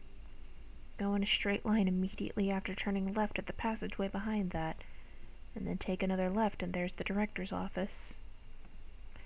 In other words, if going straight through as the map says, this office is just past the tunnel tank. And between the tunnel tank and the director's office is situated the deep sea fish booth. So then this room with the red circle is here? The director's office is directly connected to the deep sea fish booth. Since there's nothing written on the map's blank spaces, save for the red circle, I think it's safe to say it's the room I'm in right now. I stop looking at the map and begin to glance around the room. There's nothing but bookshelves along the walls, even though there should be something leading to the deep sea fish booth. The tank. Looking at the tank on the interior of the room, I mutter. Surely there should be something within the tank. I can't swim through the tank and reach the deep sea fish booth. I'll have to look around the room again more thoroughly. Just as I was about to look around the room, I spot a picture frame on the desk. It is of two people standing side by side, but it has probably been stretched from its original resolution, making it hard to clearly distinguish the faces. However, they are familiar. As I'm exploring the desk, I discover something of a metal frame below it. About 50 centimeters all around. The parts and materials on the inside are different. On one side of it, I find a collapsible handle. I put my hand on the thing that looks like a handle with the intent to pull it out. Stop! Huh? Without thinking, I look over my shoulder for the voice that seems to come from nowhere. That was just my imagination, right? Even if not just my imagination, it wouldn't be the first time here at Mountain Aquarium. As if mocking me, I try to find an explanation for it. A voice continues even louder with, "Stop it!" I have to ignore it. If I want to get away from this voice, I have to keep going. I shut my eyes and pull harder. At the same time, the ground trembles with a clatter. I can hear the sound of the room creaking. I open my eyes and look at one of the legs on the desk. It's shaking. An earthquake? In a normal earthquake, I would just stay under the desk, but right now I chose not to. I poke my head out to check the rest of the room. The bookshelves, everything on top of the desk, even the water in the tank is shaking. I prepare myself for the possibility of the tank rupturing, but it is a needless worry. I've become aware of one strange fact. This shaking isn't a natural phenomena. Because the place where I am standing isn't shaking at all. Leave. As the voice echoes, the shaking of the furniture grows stronger. Still, that's the only thing. Leave now. The frequency of the voice echoing out of nowhere increases steadily as well. I can't leave yet. Leave. I don't know if my words are getting through. As if in agreement, the vibration of the furniture grows more violent as the mysterious voice's strength increases. I will leave. I am leaving. But I'll only leave with Jimeno. Instinctively, I give voice to my determination. I have no choice but to move on. I sit down once again and reach for the handle under the desk. Kia! At that moment, my body is suddenly flipped backwards. It's not that I tumbled on my own, but it felt more like I was pulled back by an invisible hand. I won't give up. I won't give up. Leave, leave, leave. No, I won't. Once more, my face is pushed close to the floor. My vision is concentrated on the small handle. My hand could easily reach it, but... Yeah? My body is once again knocked back by this unknown force. It doesn't matter how many times It doesn't matter how many bad experiences I've had up to this point. Surely with just one more step I can reach this unknown territory. What if there's nothing there? No, there has to be. This force trying to stop me is proof of that.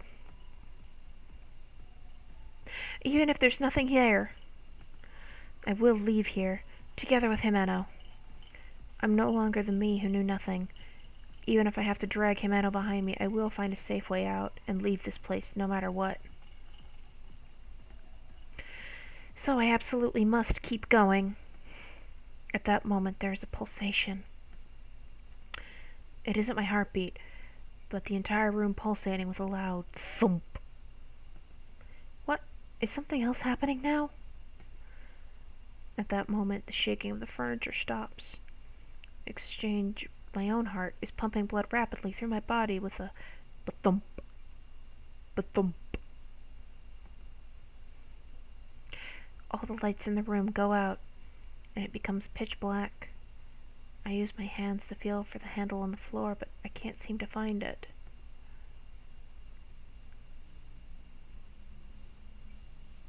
This light, a phosphorescent red light, begins to shine through the tank inside the director's office. The water inside the tank becomes illuminated with that red color, faintly lighting the whole room. The red light seems to be corroding the entire room, little by little. Fish? How? Fish swimming in the air begin to penetrate the room. They seem to be riding the flow of the light from the tank, swimming inside of the red light. Fish swimming where there is no water. Probably a major misunderstanding I've had here in Manton Aquarium. This red light is water. The room quickly fills with light. If the room fills with water, I'll drown. Staying in the room in this state is dangerous. Okay, so again, pretty obvious what's going to happen on this one. But we're going to save anyways. If we stick around, I can't give up. Courage springs up from within me. If I'm going to escape from Manton Aquarium with Jimeno, I have to overcome this obstacle. Going from midair to underwater, I have to overcome this nightmare trying to force me to drown to death. I've escaped so many times and been rescued from the brink of death. However, I won't lose anymore.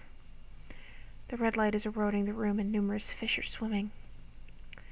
When I saved that girl, I overcame a similar obstacle. By knowing something by chance about the creature's habitat, I was able to do something about the situation. However, I can't use the same method here. There are no machines, and there are too many varieties of fish for me to know about them. Moreover, I need to find a more basic solution. That girl, whose name I don't even know, She talked about a grudge. There were 2 cases. A murder investigation and a mass culling involving this malice. By a murder, could she have meant... And save again. Oh, checking the note on the director's office.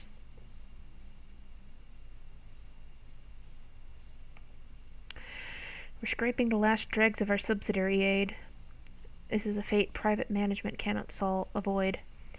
One segment of the staff finds my plan unsuitable, but Manton Aquarium can't go on being revered as merely a source of amusement.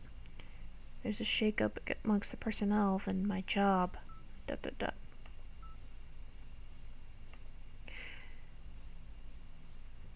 director's accident, because I think that is what she was actually talking about, and we'll come back through later and do like a more Mari-centric play to get the Mari-specific choices. The director's accidental death was caused by the error in the deep-sea fish booth that also caused all those other deaths. Either way, what if it wasn't an accident? What if the whole thing was targeted at someone? I can see what caused the closing down of Manton Aquarium. The bitter intent against the one who killed them. In other words, regret and a grudge. I bore great fear and anxiety towards Manton Aquarium. But if my way of thinking is correct, then what I should be afraid of isn't the aquarium, but the deceased that have taken on its form. Maybe so. There's so many rumors, though. Seeing a man's ghost in the tank, the deep-sea fish booth being only open on the day of the full moon, all of the water changes into blood, or that you can hear crying from the back of the tanks. Jimenez's words from the lunch break long ago all come back to me now. The director. You! As if agreeing with my conjecture, the red light grows more dense, and it becomes hard for me to breathe. I don't have time. With just one more step, I should be able to overcome this phenomena. Oh, and this is 4 red choices.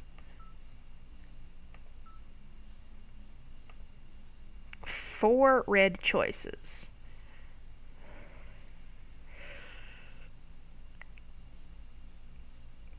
Let's reach on top of the desk. Almost subconsciously, I reach for the top of the desk. That's really bad. Yeah, that is really bad. There's a lot of really bad things happening in this pain. My fingertips brush the wooden frame of picture and struggle against the water's resistance and pull it down. I've seen this picture somewhere before. I have. I let go of the picture frame and, steadily floating about, try to gain control of my body and reach into my pocket. Relying on the tactile feedback from my fingers, I search my pocket. This is it! What I pull out is the keychain with the starfish attached. Stuck to the back is the sticker picture of the man and the little girl. Director, if you can hear me from somewhere, watch this! A bubble as big as my mouth leaps out. The red bubble rises up through the interval between the air and the water. I cover my nose and mouth with my left hand and hoist the keychain up high. My lungs are at their limits. The results of my defiance will be life or death. If my conviction is nothing more than a mistake, I die by suffocation. However,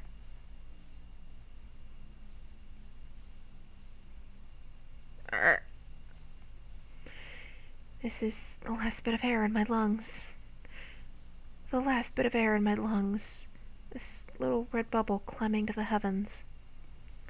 Along with my memories. The inside of my head is becoming murky. There isn't enough oxygen. I'll die. In just a matter of seconds, I will drown to death. Stop this, Father.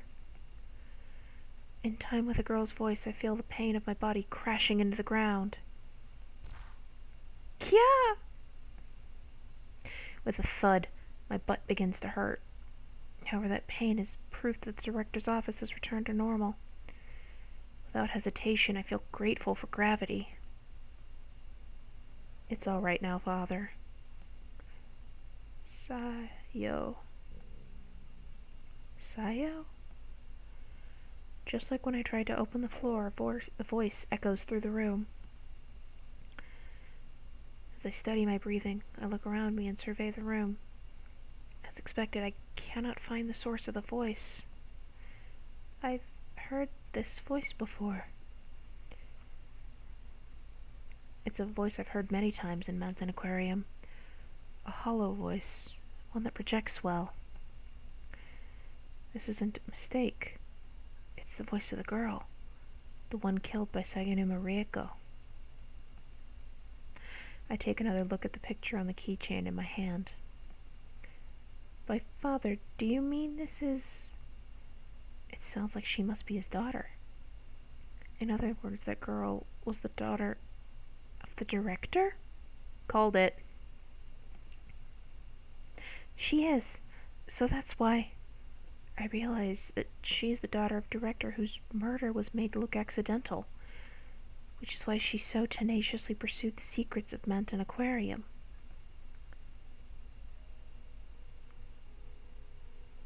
Oh.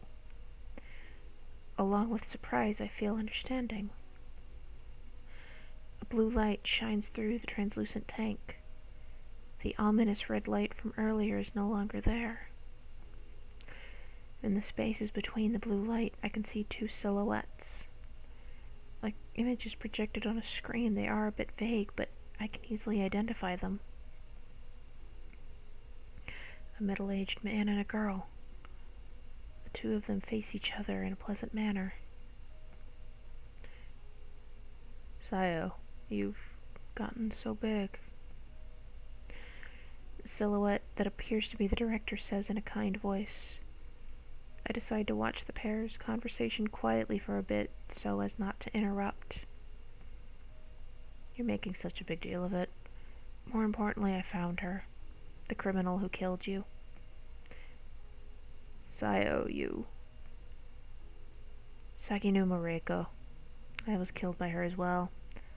But after coming to Mountain Aquarium so many times, I was finally able to confirm it on my own. So I am more or less satisfied. Because of me, even you were. Sayo, Don't say any more. I have no regrets. If you keep going, all of my efforts will be in vain. I have lived and died solely for my objective. Sayo says in a cool voice, talking about her objective even after her own death. What a tragic thing. Listening to Sayo's words, the director's mouth becomes a straight line as he looks back down, holding back his regrets. Your face has changed so much in the last few hours. Huh? Me? Sayo shifts her gaze from the director to me. She turns her attention from the director and continues. The fact that you're not surprised to see a ghost really isn't normal, but I understand how you feel. Yeah, that's right. I suppose you can say I've gotten used to it. I wish I could have gotten to know your name. You never would tell me. It doesn't matter now, since I'm dead anyways. Even now, Sayo talks like it's someone else's problem. The director at her side responds to a question about her name. Sakuragi Sayo. That's this girl's full name. I'm Sakuragi Isao, Sayo's father, and the director of Mountain Aquarium. So you are the director after all. It would probably be more accurate to say former. But it seems I lost my sense of reason for a long time. I wonder why it's only now that I've regained my senses. Lost his sense of reason, he says, as if that's no longer the case. Nevertheless, his story seems to substantiate the theory that meant an aquarium gives form to grudges. Having returned to his senses, no strange phenomena should take place. On the contrary, I should say that the earlier poltergeist phenomenon the director caused would also serve as proof, but I don't see any need to blame him. Wasn't it seeing Sayo-chan that returned you to your senses? Hey, stop adding Chan. I have a name too. I don't like it. Then it's Sayo. I have a name too. Mayumi. So stop with the hey and you stuff. Sayo breathes an affected sigh, then continues talking. She looks listless, but somehow it seems like she's smiling. If your conjecture is right, Mayumi, then I'll probably be glad. Conjecture? That I returned my father to his senses. Fool, is there anything to be happy about? If you hadn't died, you wouldn't have met me. My beloved daughter, dead because of me. Is there really anything to be happy about? Father, calm down. You'll make the aquarium get weird again. I misjudged you, Sayo. I thought you were amazing because you were steadfast in your determination and your resolve, but I labeled you as a cold girl. Really. You were kind. Tears faintly gather in the director's eyes, as if demons can have tears in their eyes, then ghosts can cry. That's why they call it infectious crying, I suppose. Even as I watch the two of them, the corner of my eye becomes hot. The exchange between the two of them is so natural. It has the rhythm of a conversation between parent and child. It's something that won't happen again for them. I'm sorry I couldn't save you. I saw you, Sayo. At the moment you got killed, I couldn't save you. I... Don't worry about it. This is the result of my own faltering. It isn't your fault, Mayumi. But... Don't you have someone you need to save? If so, you can't waver. Sayo, you've matured. You've become able to encourage others. Be quiet, father. Well, I'm glad you weren't killed by my father. You've grown up, Sayo. The air surrounding them warms my heart, but the realization that there is nothing more than a transient moment causes my chest to tighten. Huh. You too. Suddenly the blue light changes to white. It floods the room like a fluorescent bulb, gradually growing stronger. Without realizing it, I narrow my eyes. What's happened all of a sudden? Who knows? Maybe we are crossing over. I am satisfied knowing who the killer is. What? But wait, just a bit. Crossing over. No longer having any attachment to this world. Sayo has achieved her goal. She and the director have miraculously reunited after overcoming space and time. No! I cry out from the bottom of my heart. However, I can't give that scream voice, because Sayo knows my resolve. I don't want her to see me acting uncool, because even though Sayo is dead, she is cheering me on. Mayumi-kun, was it? Before I disappear, I will tell you what I know. Even so, many events right before and after my death are vague. This is much too soon. Will you really disappear? My soul was originally supposed to cross over 5 years ago. Being able to cross over in and of itself is something to be happy about. Director. I don't want to cause trouble like Father did, but I just want to go right away. Before our souls are taken, the two have completely reconciled their lives. Souls being taken, it's something I only barely understand. If it happens just as it did before with the director, then only their grudge and malice will continue to be expressed in this world. When it's time to die, one cross over. It's probably best to see it from a spirit's position. But then they can't be happy together. I stiffly endure those words. Unconcerned with my own thought, the director begins to speak. 5 years ago, Mountain Aquarium experienced a financial hardship. With diverse options for entertainment and more direct subway system, customer traffic decreased as people were flocking to towns other than Mountain. The management of the aquarium was seeing large costs from the purchase of exhibits, large amount of feed required, and the cost of paying for employees. Also, due to the location of Mountain Aquarium, the cost of transporting seawater is high.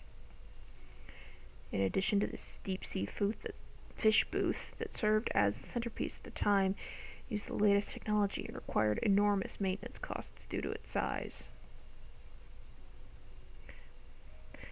I was being pressed by many decisions: letting go of employees, reducing display space, the widening of the target demographic, and the closing of the deep-sea fish booth. I couldn't bring myself to cast anything aside from my beloved aquarium. I tried to do the impossible in hopes of producing results, but in the end it boiled down to a confrontation with Saganuma Reiko and those who stood with her. I was eliminated in the most rational way possible. In other words, I was killed. It was made to look like an on-the-job accident. The director continues, unperturbed by my trembling. I rise to my feet and reach out a hand to Sayo. She is also listening quietly to the director's matter-of-fact way of speaking. Her form seems so fragile. I am unable to touch the image she is projecting into the light. Despite my position amongst management, I let her know, in not-so-subtle terms, how I felt about her. This gave her all the motive she needed. I have no doubt that my murder was, in some part, because I pushed her too far. Beside me, Sayo lowers her head. However, she listens carefully to the director's monologue. I study the director's face and wait for the rest of the story. Then Saganuma Reiko sent all of the fish in the deep-sea fish booth to their death. There were 1,217 of them in all. There were probably those employees who had their doubts in regards to the recurrence of unlikely accidents. Those that knew even the slightest bit about our management stuck their heads in the sand and just dismissed it as cost-cutting in some way. That's awful. By all rights, it's something Father should consider as a manager. Yes, at times such a thing becomes necessary. Saganuma Reiko held neither reverence nor regret towards the fish she, a human, killed. She probably smiled while killing them, forcing them to bear the brunt of her rage and grudge against me. My soul was already here.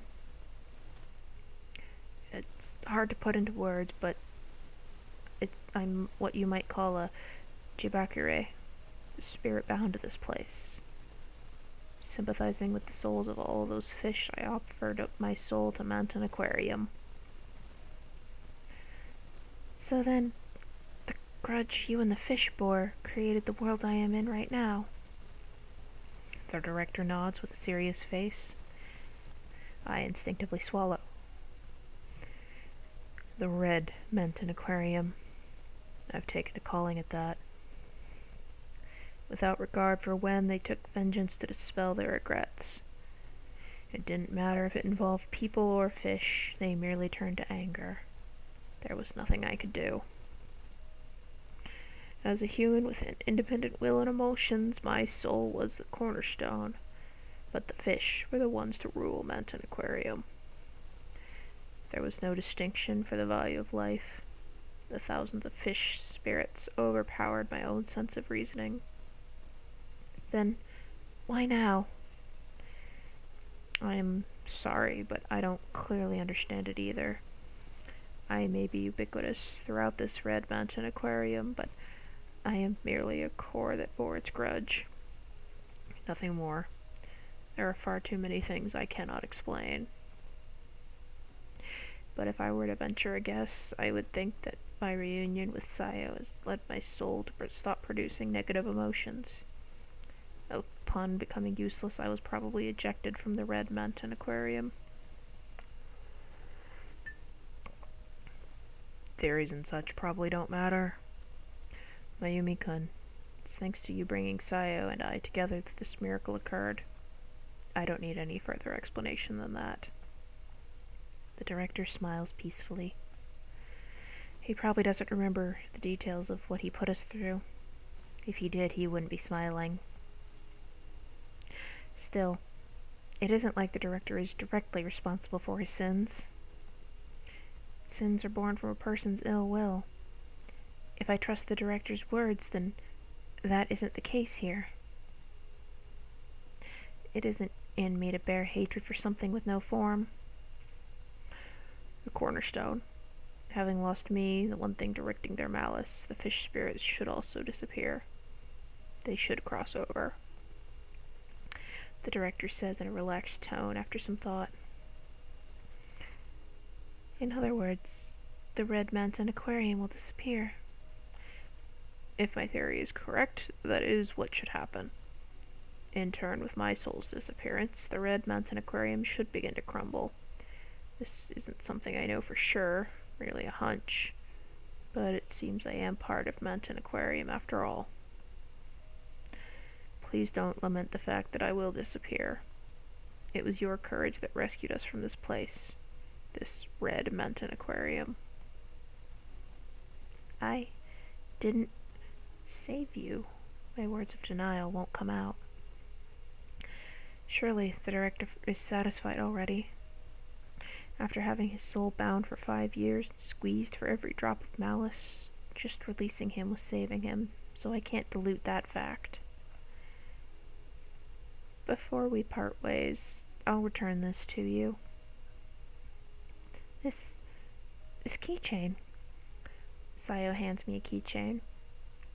It is a droplet-shaped keychain, one with a jellyfish attached. It is unmistakably the keychain from my memories. Why, Sayo? You were running without watching where you were going, and you ran into me. Don't you remember? When I was chasing Mari, I ran into someone. That's right, Himeno picked it up in all the confusion. It was something incredibly precious to me. It never seemed like something someone could mistake. Even now, I still don't understand the mix-up. I finally realized that you had my keychain when I looked at it, and that the one I picked up was yours, Mayumi. Thank you. So it wasn't that Himeno lied. The mix-up is because there were two lookalikes. I hand the keychain with the starfish charm to Sayo. A father and daughter smile at me from within the sticker picture. This piece of their lost past leaves my hands. As I hand it to her, I am unable to touch her. However, the treasure safely lands in Sayo's hand. Why didn't you tell me back then? Hope, probably. What do you mean? I won't say anything more than that. I'm about to respond, but Sayo speaks without giving me a chance. You know, I'm a bit jealous of that Himeno girl. Why? Think about it yourself. You're so mean. Sayo grips the keychain tightly and shuts her eyes. She takes a small breath, then nods. You walked a different path than I, Mayumi. Even now, I think so. Yeah. Mayumi, what you've done is resolve yourself to save the both of you. I don't want to think I'm wrong, however. You aren't wrong either, Mayumi. The world is a place with few answers. Sayo laughs with a haha and smiles. This seems out of character for her. But Sayo's smile is very natural. Surely this is the girl's true nature. Nah, the cool Sayo I spoke with first is the real deal. Just as Sayo said, there's no perfect answer anywhere. Regardless of the director's choices, there were none that could have led to a perfect solution. Even so, we all must choose, even if it means casting aside that which we don't choose. I wasn't able to be like you. I was filled with a weakness I couldn't account for.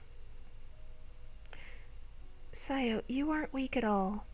You saved me. Her eyes closed, Sayo shakes her head. Mayumi, you have strength that I don't.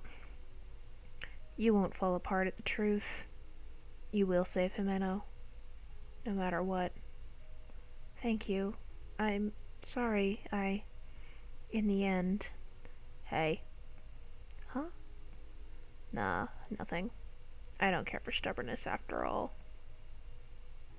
The light surrounding Sayo grows far brighter than the light surrounding the director. Gradually, Sayo's silhouette grows dim. I understand.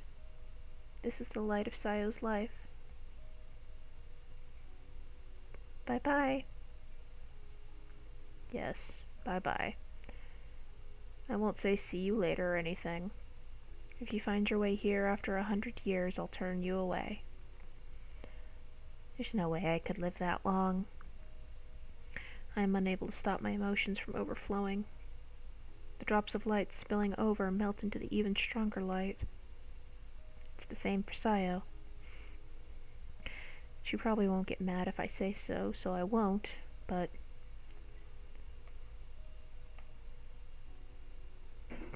I can't do a Mario voice, Pain, I'm sorry. Well, Father, I'll go ahead. This time you can follow me. Essentially, it's decided. Sayo is my friend now. So as much as I continue to struggle, I won't break so easily.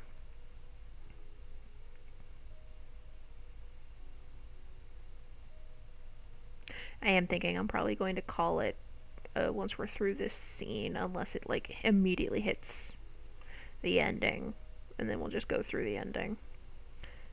But yeah, I'm thinking I'm going to call it pretty soon. And then we'll definitely be able to play it tomorrow morning, and I will definitely set an alarm clock so I wake up on time this time and we aren't starting late. By the time I've wiped away my tears, Sayo's light has already vanished. No, Pain, I can't do Daisy or Peach. I am not a voice actor. I can't do voices. The director closes his eyes and begins to pray. Seeing me stand up, he quietly opens his mouth. I don't know exactly what will happen when this place crumbles. Before it happens, I think it's best that you get out of Mountain Aquarium. I want to ask you about Saginuma Rieko-san. She's still alive in this aquarium, isn't she? The woman who killed not just the director, but his daughter, too. Her insane smile is etched in my mind and won't disappear. She shouldn't be living. I can't remember it clearly, but I do know this Mountain Aquarium did exact its vengeance upon her. If she's still here in the aquarium, then she's nothing other than a ghost. She's a captive soul, bound here by the grudge and malice that pervades this place. If so, when this place crumbles, she'll disappear as well. You needn't worry. I don't need to worry. Is that true? Those things left behind in time will not change. I understand. That and... Yes, what is it? You didn't see a girl called Mari somewhere, did you? She looks like Sayo when she was a child. Perhaps like you, she became a spirit and is in this Mountain Aquarium. I have asked the disappearing director something that has caught his attention. If he is one with Mountain Aquarium, then perhaps he does know something. However, that hope is quickly dashed. I do not know. Ever since my death, my mind has become rather vague and fragmented. Is that so?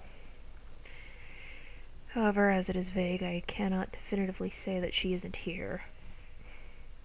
In the deep-sea fish booth where I lost my life, there may be some truth even I don't know. Speaking of which, Director, when you were under the influence of the grudge, you told me to leave. Did you understand somewhere deep down the danger of the place where you were killed? I wonder. Honestly, I do not know. Well then, it seems the time has come. Director! I can no longer stay here. I realize it may be irresponsible. However, it seems this alone I cannot fight. In this world, there are powers that go beyond human understanding. Please, wait! If I wait too much longer, then I won't be able to follow Sayo. When I reach the other side, I will pray for you, that you may be saved and blessed.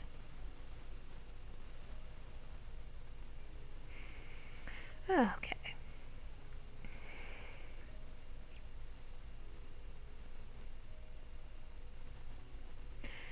I am unable to stop him as he is wrapped in a brilliant light, just as Sayo was. In the next moment, his form is gone.